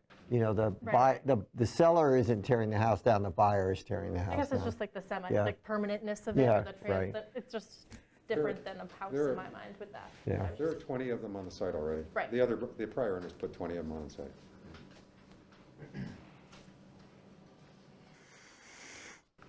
Anything else you'd like to say? Otherwise, we can ask for any opponents or supporters from the public to speak. I don't think so. It's fairly straightforward. Yep. Do you propose any new signage? Uh, I don't No. didn't see it on here. No, nothing that wouldn't be conforming is planned, so. Or take We would have the come in with the application if we did.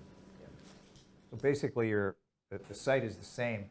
You're not doing anything out close to Correct. Route 5 Correct. in terms of changes. You're just putting in the additional units and then Non-conforming Then- use. right, and then parking in one area instead of helter Correct. skelter. Right. Any other questions? Otherwise, we can ask for I think that's it. public comment. Any comments from people in the public or in the audience for supporters of the project? Now's the time to come and speak. Hey, I live at 148 West Street, so right, literally I'm your neighbor. And I just want to say I got absolutely no problem with it. It looks great. Well, thank you. And can I have your name, just for the record? Nick Ryder, RYDER. Thank you. Any, Have you signed in here, actually? It is, the sign, I think it's the clipboard. No, it's right here, yeah. anyone in the audience, an opponent of this project? Now's the time to speak.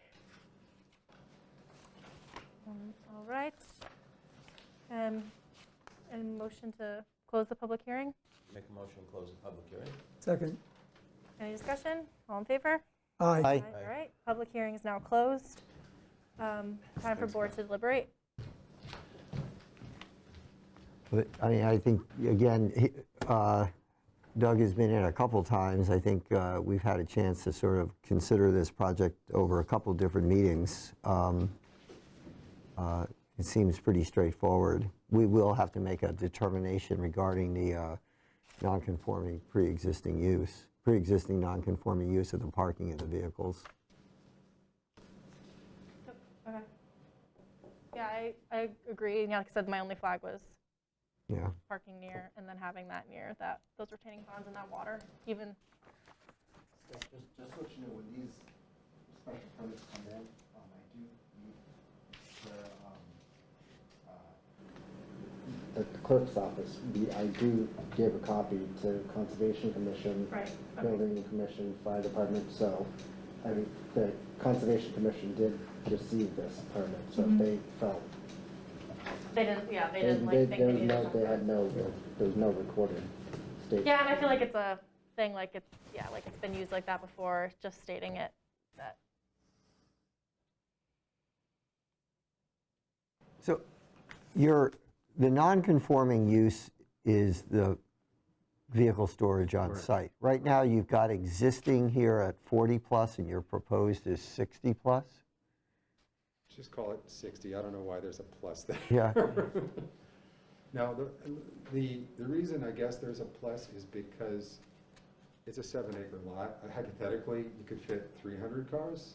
Right, We're but, not asking for that. right, I mean, it's, that's like asking Mom and Pa Theme Park to become Knott's Berry Farm. I mean, it's, I missed the plus. I'm not sure why we. yeah, so I'm wondering if given that we are considering this as a pre-existing non-conforming use, that we could say up to and not to exceed 60 Okay. in our, Sounds good. Now I'm recalling maybe why Chris put the plus, because the prior owner used to say that he could store 80 or 100 cars. Yeah. So maybe we didn't want to be inconsistent with what he used to advertise. I don't know. right, but you're right, I mean, that then gets to, that would exceed the area probably that you would have here, right? Yeah, we're not asking for that. Right. No. Yeah, actually. Or we could say, do you have, did you bring plans for us to sign and? I didn't, again, I didn't think this was a very substantial change and I wasn't aware that a Mylar. Typically when we have a special permit in Northampton or Amherst or any of those, typically we just record the decision, and that decision references the plans of record, which is on file at the town, the town's office. Right. That's usually where they, and so. And we're so happy to this, do so whatever. you would not anticipate recording this at the registry? We don't ever typically record a plan for special permit. Right. We will for subdivisions and other things. But Right. for special permits, it's usually just the decision that needs to be on record. Well, then, we could reference this. What we could perhaps do then is link our determination on the pre-existing non-conforming use to the areas identified on the plan. And if you can get 65 cars within that boundary, you don't have we got a distance of how far they are, but not a distance of, and how far they are from other buildings, but not how long. Is this a football field? Are these, there's no dimensions of that spaces. And also, when you limit with 60 cars, it could be boats, it Yeah, could be RVs. well, I was saying, I was going to say 60 vehicles. I'm just thinking about the limitation Yeah, of right. how we phrase that Yeah. could be different, yeah. So that way, if you said that it could fit within this footprint, then you're not spreading all over the place. But we don't, the footprint is somewhat, it doesn't, is that 10 by Right, 20? we didn't Is it stripe 10? it for some reason, yeah. Yeah. Those aren't, I think it was more trying to contain the area. We rather actually than didn't want to make the dimension drawing area. too Right. confusing either. Right. But we could. Yeah, that's fine. I'm going to remove that ramp. In the back, yeah, yeah.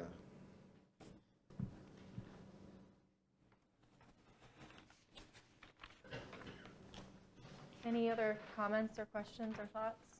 Or questions for the applicant or a motion? I would propose that we approve the request for a special permit with site plan approval as proposed, and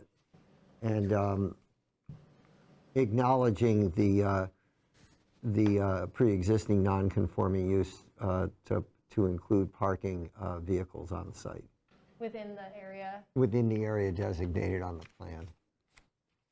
You guys did a really good job of looking up all the last. Do we have a second? All the last. Second. I'll second it. Nothing if not to. I'll second it. Okay, we have a second. Any discussion? All in favor? Aye. Any opposed? Nope.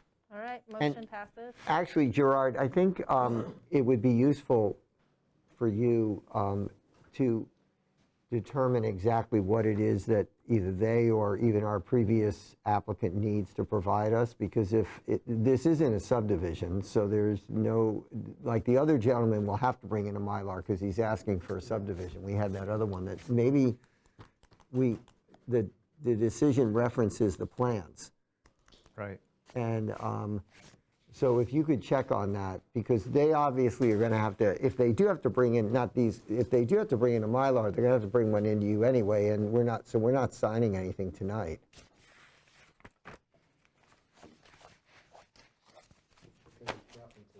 Yeah.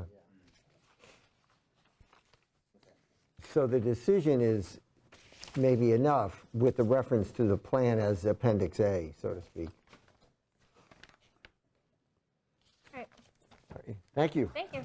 Yeah. Good job, everyone. Guys did a good job. Thank you. Yeah. All right. Now to the last item on a formal item on the agenda, I should say.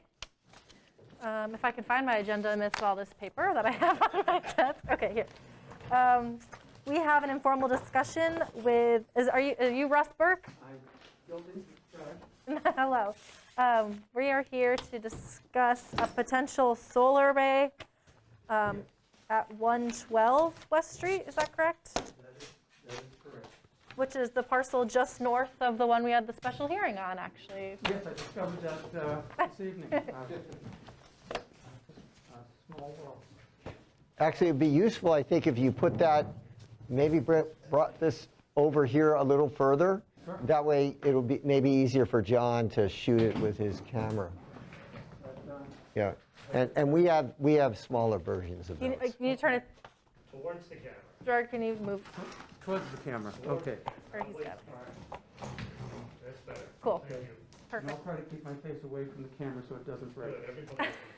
Yeah, and if you actually don't mind actually sitting down in front of the mic, you can keep that, just because we need the Okay. mic for the audio. Thanks. Sit next to it, you can move the chair up. Okay. We're just getting you all set up. Here we go.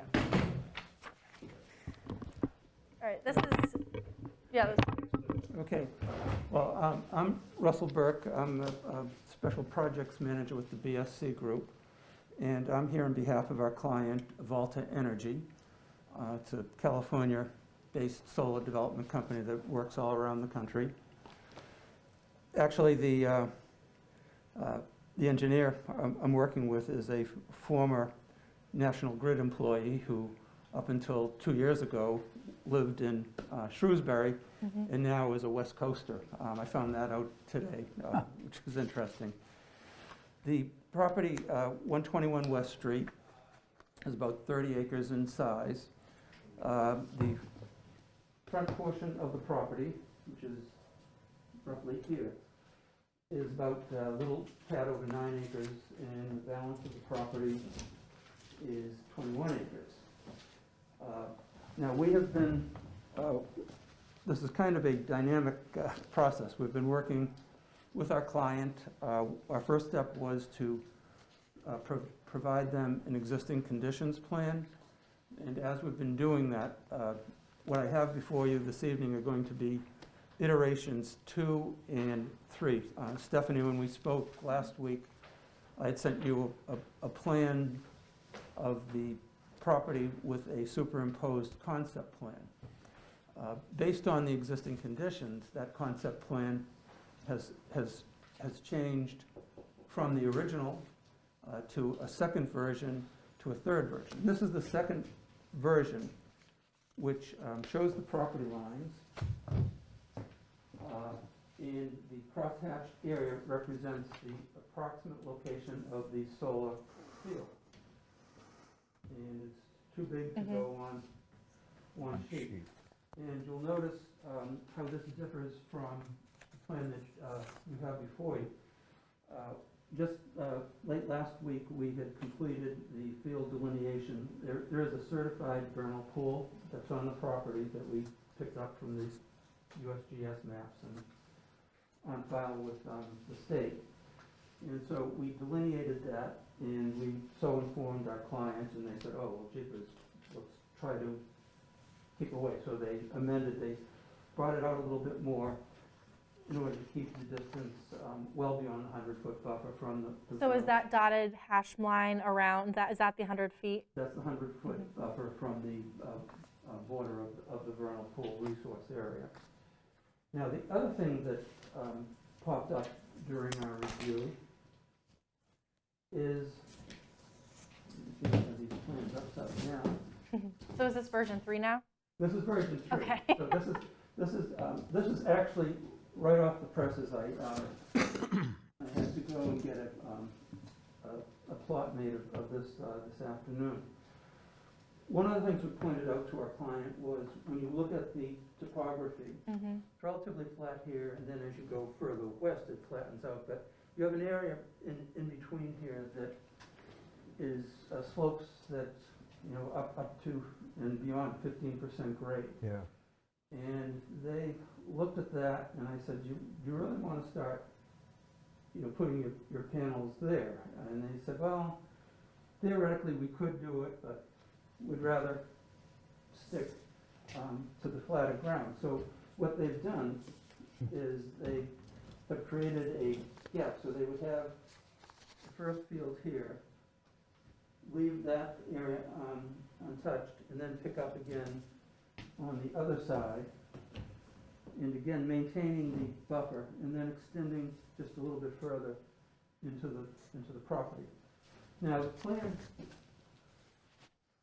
the property is divided into two zoning districts. The front portion, this is the approximate zoning line, represents the extent of the light industrial district, which does allow solar, ground-mounted solar by right with site plan review. The other portion of the property is zoned rural residential, which does allow for solar voltaic ground-mounted facilities by special permit, also with site plan review. And Is that, is it rural residential or outlying residential? rural residential. It is, okay, because you're getting up into what we call the rocks, and that gets into outlying residential pretty quickly, so, yeah. So that's what we're looking at in terms of use there. The proposal is to have 1 megawatt of AC power, and the other portion would be 1.6 megawatts of DC power.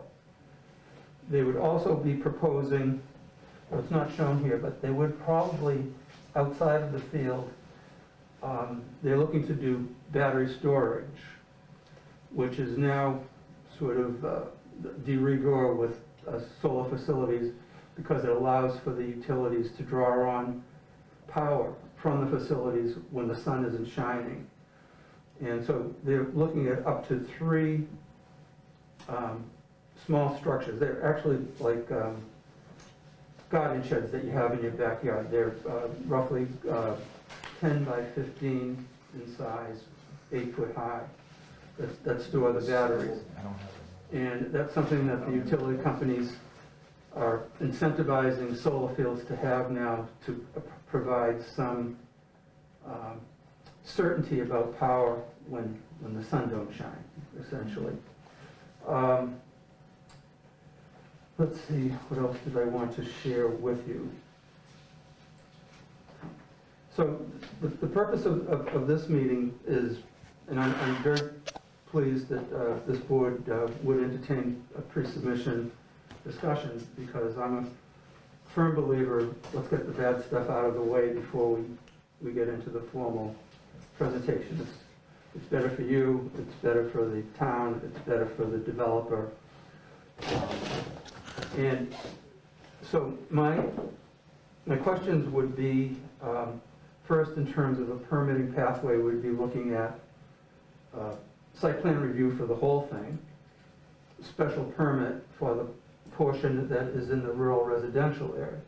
Now, the other thing that caught my attention in your zoning bylaw is major development. And the question is, does this rise to the level of major development review? And looking at what you would want from us, impact on taxes, none. Traffic, none. Use of utilities, none. So you go down the list, there's really not much. Yeah, that major development provisions in our bylaw were, for Walmart's, Home Depot kind of big box store kind of projects. The criteria I saw was traffic over 1,000 vehicles per day, which the disruption of 10 or more acres, and then a building of 30,000 square feet or greater. So Right. I think the 3 storage things at 150 square feet each would total 450 if they went with the full 3. So with that, I'm happy to answer any questions or learn of any concerns or items that we should be. I have a question regarding, so I've been by there, but I never walked out on the property. The first set of lines behind where the residence is, that's, that behind the residence, where the hat. Where solar field 1 would be? No, where you're gonna put one, Right here? lot 1, I guess we'll call it. Yeah. That area, the topography there of the ground is soil, I mean, not rocky. That's Walpole, I actually looked this up today. That area there, that area there is a Walpole soil, it's a silt loam. It's right now wooded, but that actually is there's a lot of farmers in Hatfield that farm on Walpole soil. In fact, it's in the field across the Rocks Road, right where your finger is, right there, the open field that the Engleharts have, that's the same soil type. So just visualize that without trees on it. So as you go up, you're talking about passing where that area is, does it, and you were talking about a 15% increase in grade? Well, in here, the grades are very steep. Yeah, so then you're going. Then what happens to, what kind of the soil is the next? Oh, the next soil up there is the kind of stuff that you farmed 150 years ago and you don't touch now. It's all rocks. That's rocks. That's Rocks Road. They're going to be, so yeah, so they're going to be challenged. They're going to be challenged putting that in those, because we prefer spike systems here in town. And so I mean, in addition to cutting down a lot of trees. Yeah, how much, that's my next question. That's gonna be my question too. A lot, clear cutting a lot of forest. You're going to be driving those pegs or those spikes into what at one time were musket balls during the Civil War. I mean, this area of the town was a mining area for musket balls for the Union Army. That's cool. So you've got. They didn't get all of them? They didn't get all of them. It's called Rocks Road for a reason. So your Walpole sandy loam disappears very, very quickly. 30 acres of trees. And then you get into that steep area. So Paul, when you're looking at the Englehart's holly shed, the road goes back, it's flat, and then it goes really steep. Yes. Yeah, you can sled on, you could kill yourself sledding on it. It's been a while, I've been up there, I've hiked up there. But yeah, so on the one hand, I'm pleased to see that your clients are not interested in putting solar panels on that steep slope. The other thing that you should really look at, you identified the vernal pool, but if you haven't been to the natural heritage site in the state of Massachusetts, you should look at that, because I live out near here, and I'm assuming that line, that squiggly road line is Rocks Road. No, that to me I think might be a stream or something. This is a footpath. That's a footpath. So do you know where because Rocks Road goes? Rocks Road is up here. Well, it's right on it's right on the line, right on the northern boundary. So, yeah, okay. Well, so we are visited at any time during the year by bears, porcupine, skunks, deer. There's a lot of habitat back there. Some of my backyard. Yeah, and so if you are, if there is areas identified by the Natural Heritage site for the state of Massachusetts for rare habitat. Right, we did look at the state GIS and did not find it, but we'll double check that. Yeah. What's the exact name of the I need to look it up again, because we had the same with the potential solar array that was going to go on Chang Farm property. Yeah, excuse me? Natural heritage? Yes, yeah. Yeah, we did, look at the GIS, but we can double check that. I would double check it just to make sure that. Heritage, but I'm not aware of any rare species habitat Okay. on the site, but we'll double check that certainly. So by not going on the steep slopes, how much of this would you see from 5 and 10? I mean, you're setting this way back off of the highway, so your first panel is going to be, I'm assuming you're not cutting those trees down, so the first panels probably wouldn't be visible at all. I just wonder if, Right, as this you, is the tree line, Yeah. tree line here, so. It might be visible from 5 and 10 north, like by the as, Engleharts. as you're driving, Yeah. I yeah. think what you would see mostly here, they're looking to, as I said, put the battery structures back here, so those won't be visible. They did say, however, what they have not done yet, because they're still early in the process, is National Grid will be running the show as far as how you get the power from here to there. Mm-hmm. And so that is still to be determined, which before we filed with you folks, we would have specifics with regard, and actually, we'd run that by you before we even filed. I have a question about an access road to that back. How would you get to how the would back you get part to to that back build parcel in the case building? of emergency response or something like that? Oh, there'd have to be access. It would be an unpaved, a trail that would be at least accessible by an all-terrain vehicle, probably a little more substantial, but I would assume it would be on the perimeter, and through here, they would have to work a way through there to be determined to get up there. But the field itself would have to have some sort of access, which we are not showing, but that is a good point, that we will include proposed access. I have a question also. Yeah, I do too. So that front section where the crosshatch is, is that presently wooded? Yes. So, and how many acres of woodlands are you proposing to clear cut? I would say that the panels are probably going to occupy, typically the rule of thumb is that you get 1 megawatt from about 5 acres of panels. So if they're going to be 2.5 megawatts total, that's probably going to be 12 acres. 12 acres of. And then would you imagine that they would cut even further south, because some of those trees are pretty high, to not block lighting onto the panels as well? So like, even though they might even cut. I think that there would be some cutting beyond that, but we would certainly have to show you the extent of the cutting. But I think they, were mindful to try to minimize the site to begin with. Not go for a home run, let's put it that way. So, and as a follow-up, what gets cut in the back part? Go ahead. How big is that back part, and how much of that is going to be clear cut? Everything? Yeah, and I'm thinking about driving spikes into the rocks, Well, disturbing that vernal pool too. Well, the other question I had is, sometimes they do them on rails.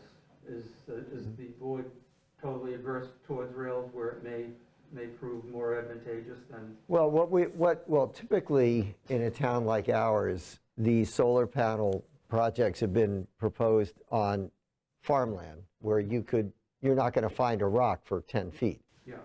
And so we have required that they be just spikes, so there's no concrete footings. What we're looking for is to reduce the amount of site on the ground. Site manipulations, that can't be removed in 20 years. Right. If you can pull these things out in 20 years or 25 years after their life expectancy has been achieved, so that we're not left with a bunch of junk in the woods, then that's sort of that's what we would prefer. Well, I'll work with my client and see. I mean, this is an interesting thing because there's a real pull and tug in the state and right here in the valley. Because on the one hand, the easiest place to put a solar field is on these open farmland. But then you're taking that open farmland out of production. Right. But cutting down a whole bunch of trees is cutting down a carbon sink to then produce renewable energy. So it's like, what do we do? You know, what do we do here? You know? Can we go back to that back piece? How many acres is that back piece approximately? I know it's an odd the shape. state doesn't. The back piece, No, just where the crosshatch is. where the cross-section, Yeah. well, the entire section is about 21 acres, and so I would, 6 acres? I 5, would 6 consider acres? that eyeballing it is 6, 7 acres. Okay. something like that. And that would all be clear cutted also? Correct. Have to be. Okay, and the stuff around it on the south side? They can't touch anything within the 100-foot Well, buffer, really. Right. 100-foot buffer. Okay, right, okay, I see, I can, Beyond I that. was having trouble seeing where that 100-foot buffer is. And, you know, if they're going to go beyond this, I don't, my honest answer is, I don't know if this includes how much clearing is done to allow visibility for the panels to the sun or not, but we can determine that. But I would say that it really depends on the height of the trees there.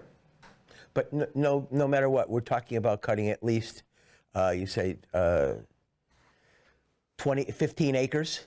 About 10 to 12. 10 to 12. 12? Yeah. 12 acres? Yeah. So you're talking about clear cutting 12 acres of trees? Yeah. Yes. Okay. Just to get the numbers out there. It's a lot of trees. Water-free? Yes. Understood. But yeah, and also like, what do you do on a parcel that's all rocky like that? All right. Oh, I'm not saying that Yeah, it's just- not a bad idea. No, yeah, exactly. It just, that's a lot, having been in the forestry business. I haven't been up to this part of the site. I haven't been to Hatfield in several years, but my gut reaction is if the soil is that gnarly, it probably doesn't support huge trees either. Yeah, so I went on the USDA's web survey today, and I was looking at the site primarily to the, immediately to the west of Route 5. And that's where all the Walpole is. I didn't even get up into the rocks. And so, as you can well imagine, in fact, there's a trailer park right next to this, not far from here, that's called Rock Ridge. Or something, Rock Ledge. Yeah, Not the type of name you want to have. So as you go west, Yeah. it's flat, flat, flat, and then it just, like you said, there's very steep slopes. Then it levels off, but it's not leveling off into, Illinois farm ground. It's leveling off into rocks. We'll take an assessment Yeah. as to what the tree cover is in Yeah. terms of vegetative density as well as height. I'm just from what you're saying, given the toughness of the soil, it seems to me that large trees are going to be fewer than they would be, say, in the Walpole series. Oh, that may very well be the case, but it may also make for the installation of your panels that much tougher. I mean, it's not like I said, it's not like just sticking a spike in the ground and you don't hit a stone. Right. Yeah. Well, I will work with my clients and see if we can't come up with a mutually acceptable solution to that. I'm not familiar really with as much as you are, because that's kind of your neck of the woods, literally. Yeah. I know there's areas up there that are preserved. Is any of that near that parcel preserved land in the back? No, Okay. actually it goes. There's a bit of the Watershed- Resource yeah. Protection District that comes right Okay. there. Yeah, so there's most of the protected property around the watershed, and then also just out that way is much further west. Okay. So I have another question regarding how, I don't know how to phrase it, or who would answer this question is, how much of a filtering system does that acreage there, 10 acres, 12 acres, whatever it is, act as a water, when it rains and snow melts and things, there's a lot of, Erosion control? erosion control, but protecting that vernal pool, because I'm thinking, and I don't know, I haven't been up there, I'm thinking that retains water and it slowly releases the water down and it feeds that vernal pool and feeds the vegetation down there. And once that's gone, what's going to happen to that vernal pool? Well, that's why they give a 100-foot buffer. But, Yeah, I know, right. but that 100 feet, but you're taking out A lot of trees. Well, you're 30 taking out trees, but you will be, it will be grass growing underneath, so you Yeah, will. but grass roots are not the same as tree roots. Right. Well, actually, I think grass. if you have a good conservation cover out there, I mean, a good grass, those roots it can get very deep, but the other thing is, what you would need to show us, I think, to get to Paul's point, is if you look at, we would want to know where flow is going, because, it could be that this vernal pool, I'm looking at these, the topographic, elevations here, and so it could be that most of your flow is going away from the vernal pools, but you would need to demonstrate that to us. Okay. So you see what I mean? Because it could very well be that the flow from here is actually going north and away from the vernal pool, which would, I think, allay some of the concerns that Paul is raising. Right. Oh, okay. So one of the other things always, so you see out west after the fires, when the ground is bare and the rains come, the amount of water that runs uncontrollably downhill. I see a lot that's going to be gone to protect that flow of water. And I understand what you're saying about the ground being able to control it. But without those trees there, and theoretically without those root systems there, you're not going to get grass to grow in that rock really fast, no matter what. So what I'm worried about is the amount of water that could potentially come off that steep part that you're not going to use, and then there's nothing to control that water between where your panels are going to be and that vernal pool. And just given the nature of the way that the climate is changing, it's more There's intense more, yeah, rainstorms. right, bigger So if bigger anything, it's flows gonna of get- water at any given time. Do a zoning or a stormwater study. Okay, You look at the soil characteristics of existing conditions. right. So if you're talking about an area up here that's poorly drained to begin with, whether the trees are there or not. No, I'm talking about where you're taking the trees out. I'm only talking about where you're taking trees I'm out. talking about where you take the trees out. Okay, If you have trees there, but the soil is poor soil, Right. they are not absorbent. mm-hmm, Taking the trees out is not going to be as much of a deal as if they were in soils that were good soils or well-drained soils. So we can take a look at the soil composition and do a stormwater assessment. I think I understand that's a concern, and that's something we can certainly take a look at and satisfy the board's concern with respect to stormwater management, not only during construction, because obviously Right. during construction, there would have to be sedimentation, erosion control that, is de rigueur, that would have Right. to be put in place. But the concern you have is not only during construction, but after construction, how is this going to function? Is there going to be a degradation in terms of, the stormwater as it affects any sensitive resource areas? Right. We certainly can look at that. okay, I think that would And be this is the type of thing why you're here now. I want to know now. Right, and that's- not be in the middle and- of a public hearing. Right, and we may be throwing a lot of stuff at you, but this is the time for us to throw it at you now, when we're having an informal discussion, and you can, things that you can then look more deeply into, or your client can look more deeply into. Yeah, and I'll get the name of that. I don't know if it's exactly the National Heritage Site or whatever, but I'll follow up with you with what that website is in the state where you have to kind of. It is national heritage. Yeah. that basically identifies Habitat. habitat where there's endangered Endangered species and stuff. species, yeah. And we have a whole staff that The other works thing on that. about splitting that up too, might make it better like pathway for, because you have to fence in these solar arrays or whatever, but like having the two different parts of it could be a nice like wildlife corridor in between, right. which is nicer than blocking a giant swath or something like that. Yeah, no, that's a good point, because there is a lot of wildlife movement out there, so this would impact that corridor. And to Jimmy's point, I mean, it would behoove you, as you probably maybe are aware of if you live around here. I mean, there were 2 instances out in Williamsburg and just west of here where solar arrays were put in, and they completely washed out nearby streams, and they were slapped with huge fines by the AG's office, and restoration efforts going on now because they put them in, and yeah, the grass is supposed to grow, but it didn't grow enough in time to withstand these huge storms. So the fact that there were trees there before and now there's not trees, I would disagree. I mean, the trees do, it is different than totally bare ground.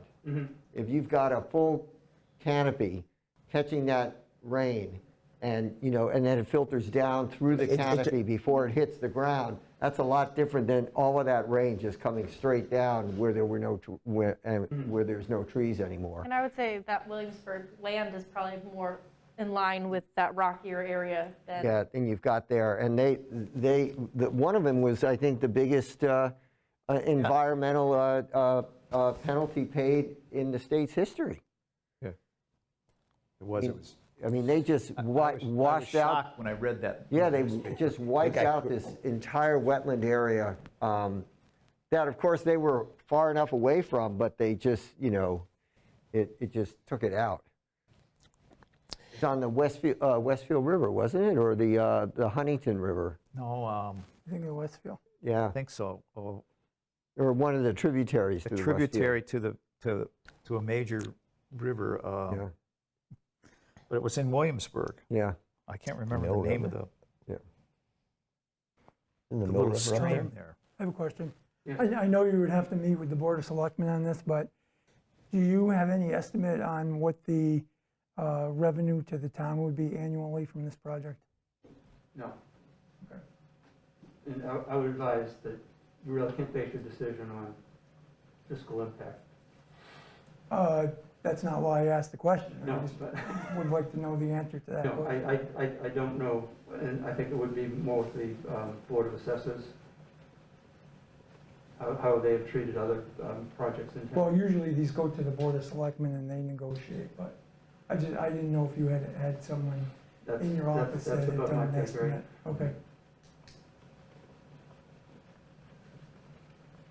Any other questions, or I think you got enough homework, I think, for now. No, this, again, is the purpose, and I appreciate the opportunity to meet with you and to get this type of feedback, because it's far better to know now what the hot button issues are, and we can work in addressing those. I think in my opinion, I think the hot button is going to be the amount of forest trees that are cut down. And how that would, and then impacting the wildlife and environment. I'm inclined to agree with that, also having a forestry background. And knowing that that's a hunting corridor too for folks and a lot of wildlife there. Just like there is in our farm fields where there's now solar too. So. Right. Yeah, there's a reaction, there's a reaction. Yeah, and also just, I think it'll be visible, I think, to a lot of people who are driving south from the north, driving into south at that property. They'll be able to see probably some of that, at least the front half of the first area. I don't know. I think we'll take a look at that, but I think. Do you know offhand the distance between the road and the beginning of the solar panels? Well, from here to here Yep. is 300 feet. Okay. Okay, So that's you're what I was saying. talking about 100 yards. a football Yeah. field and then a field goal length after that. Okay, So it's about 110 yards. And there's a lot of trees between there and there. There- all of this.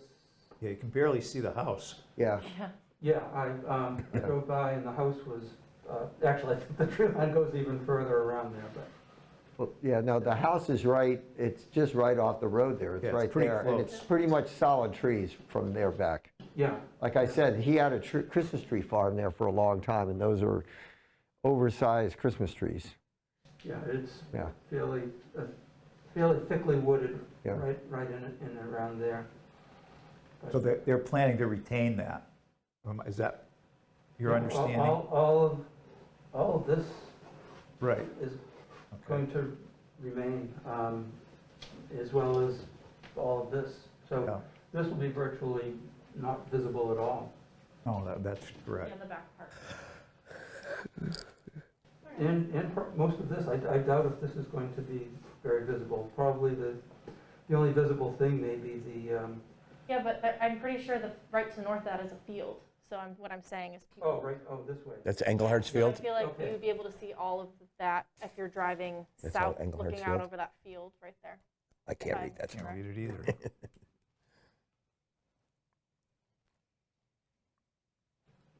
Would it make sense to just shift this down more?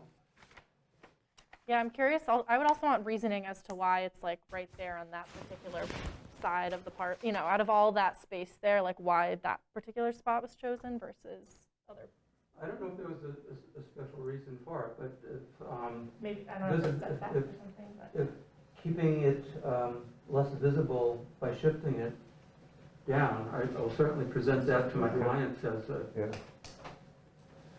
Just something to That's consider, something because for the them to parcel right consider. north, like I said, I think is a Because- giant field that, because if they can live with this gap, after reviewing the topography there and deciding it would probably be better to move back here, I don't see why they couldn't just shift that down.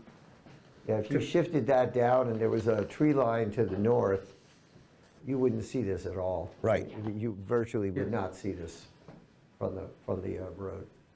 Yeah, and I think this was just arbitrary on their part. yeah, it's something to consider with visibility in that particular part there.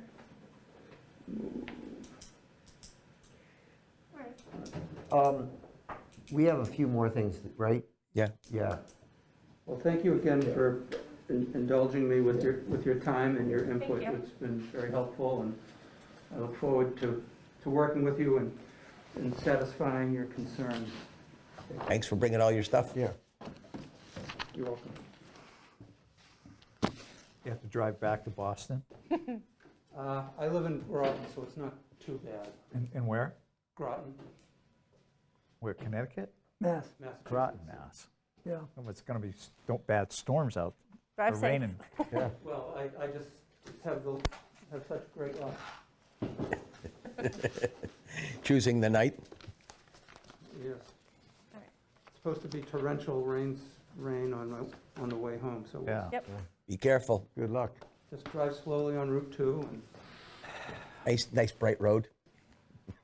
on a night like tonight, I think I came up because I had to stop at our office in Worcester to get these done, and The lights in the I'd rain. rather Route 2 than the Mass Pike. Same. And- The lights in the rain and the speed. Oh, and you get behind the trailer trucks with the spray, it's just blinding. It's, Good luck. Have a good ride home. Yep. thank you all. All right, on to the next and final pieces of the agenda. Any board discussion or updates for anyone?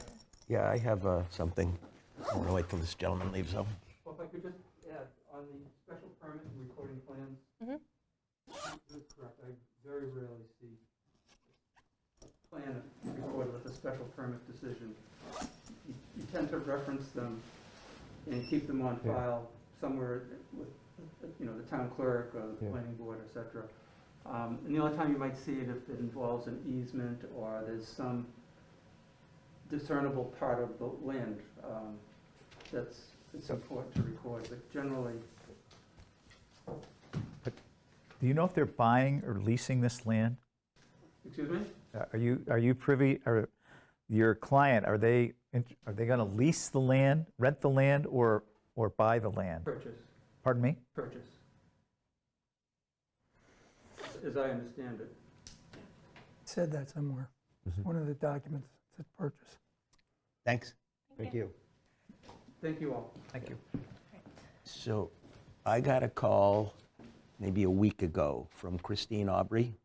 You know who Christine Aubry is? Yeah. I don't know, has she talked to you about this? Well, she's Recently? been- The soul is proposed, she's wondering if the property on School Street or Dwight Street or whatever we've been talking with her about. Bridge Street. Bridge Street, off yeah. Jericho Road? Yeah, off Jericho Road, right. That part, she's got somebody that might be interested in solar there. And I said, I have no idea if that's a place that could fly or not fly. Well, I think the issue there, That's a good ag line. it was, well, see, the thing is, what we have to remember is that you can build on that. Right. And if you have a choice between solar and houses, I'd rather see solar because they're gone in 20 years. Right. But you have a lot of neighbors there. And if you think about what happened when Swaslowski's proposed Behind me. behind you and the brouhaha over that, Right. I don't necessarily, I wouldn't necessarily be opposed to that being solar myself if the alternative is a bunch of houses back there, which is what she was originally talking about. Well, no, the project that they were talking about that Steph and I reviewed with Jonathan Wright would have been a conservation subdivision, and quite a bit of it would have been protected for farming. But that's not what most developers are going to do out there. In fact, that's not what I think the owners are expecting. They're sort of expecting someone to buy that and put it in a subdivision. Right. And so if, A steep price, arguably, for it. yeah, so if there's a choice between solar field and a subdivision, I'd vote for the solar field myself. That was my uninformed opinion to her. Yeah. That relatively speaking, because we've heard people talk about wanting to develop, we've heard her talk about wanting to do development back there or Been for represent. sale for a while. And it's been for sale. So I mean, I think that it's something, that's a parcel we need to be prepared for something to be happening to. I don't think the owners probably will sit on it forever if they were not getting a proposal as subdivision and we're getting a proposal as solar field, even if it's a 20-year rental.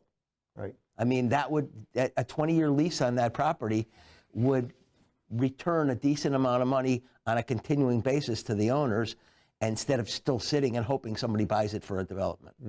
Yeah, I understand the reasoning obviously behind having solar over development. Like I Right. totally intellectually agree with that. However, we say 20 years, but if a big multi-conglomerate power company owns this, or which is then sold to a holding company, Entergy, yeah, you're right, whatever, like, will that ever actually not be solar, or will it ever? Well, but if it ever came out, if indeed, that may be true, but we don't bulldoze houses to put in farm ground.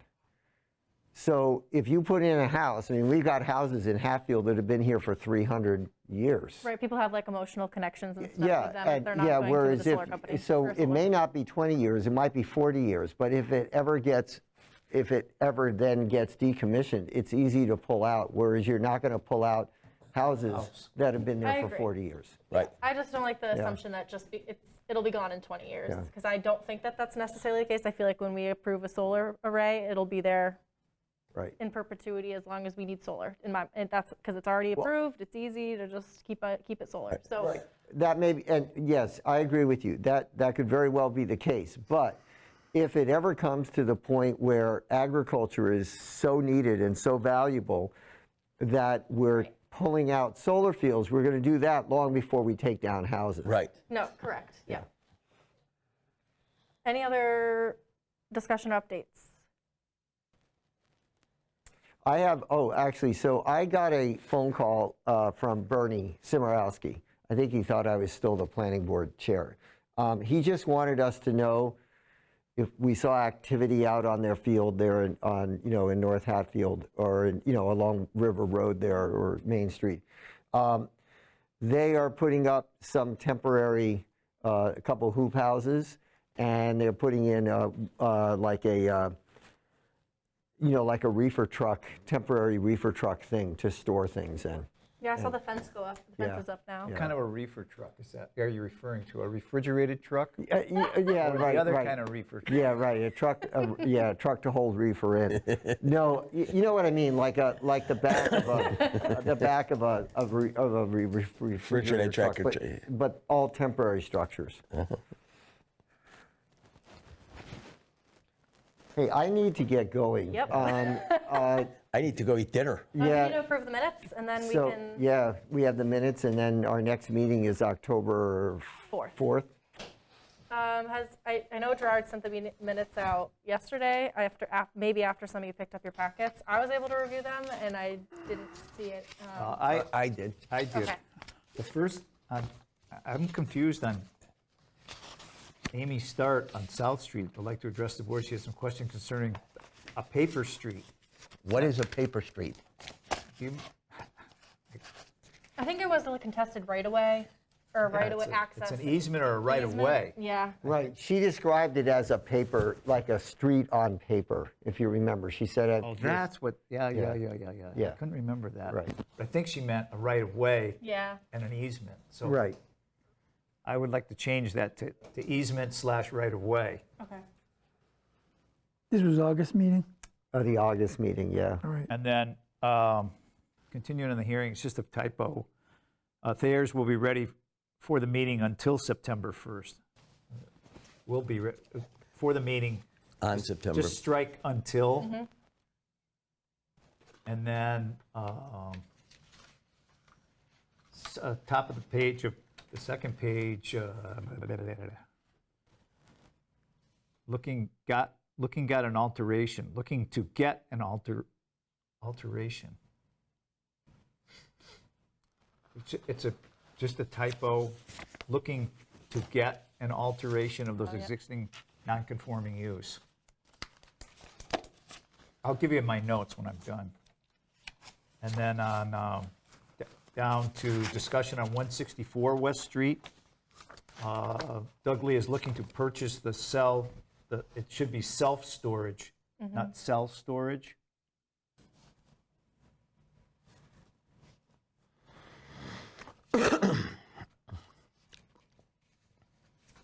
And then,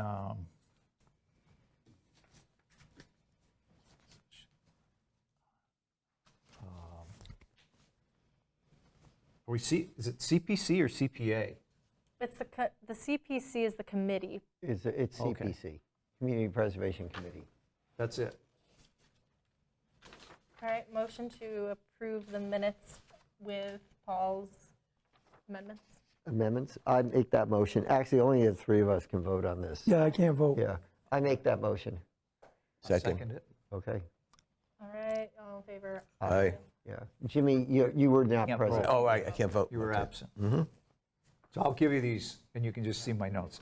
It's a couple typos, that's it. Motion to adjourn? Make the motion. Second. Discussion, all in favor? Aye. Aye. We are adjourned at Okay. 8:39.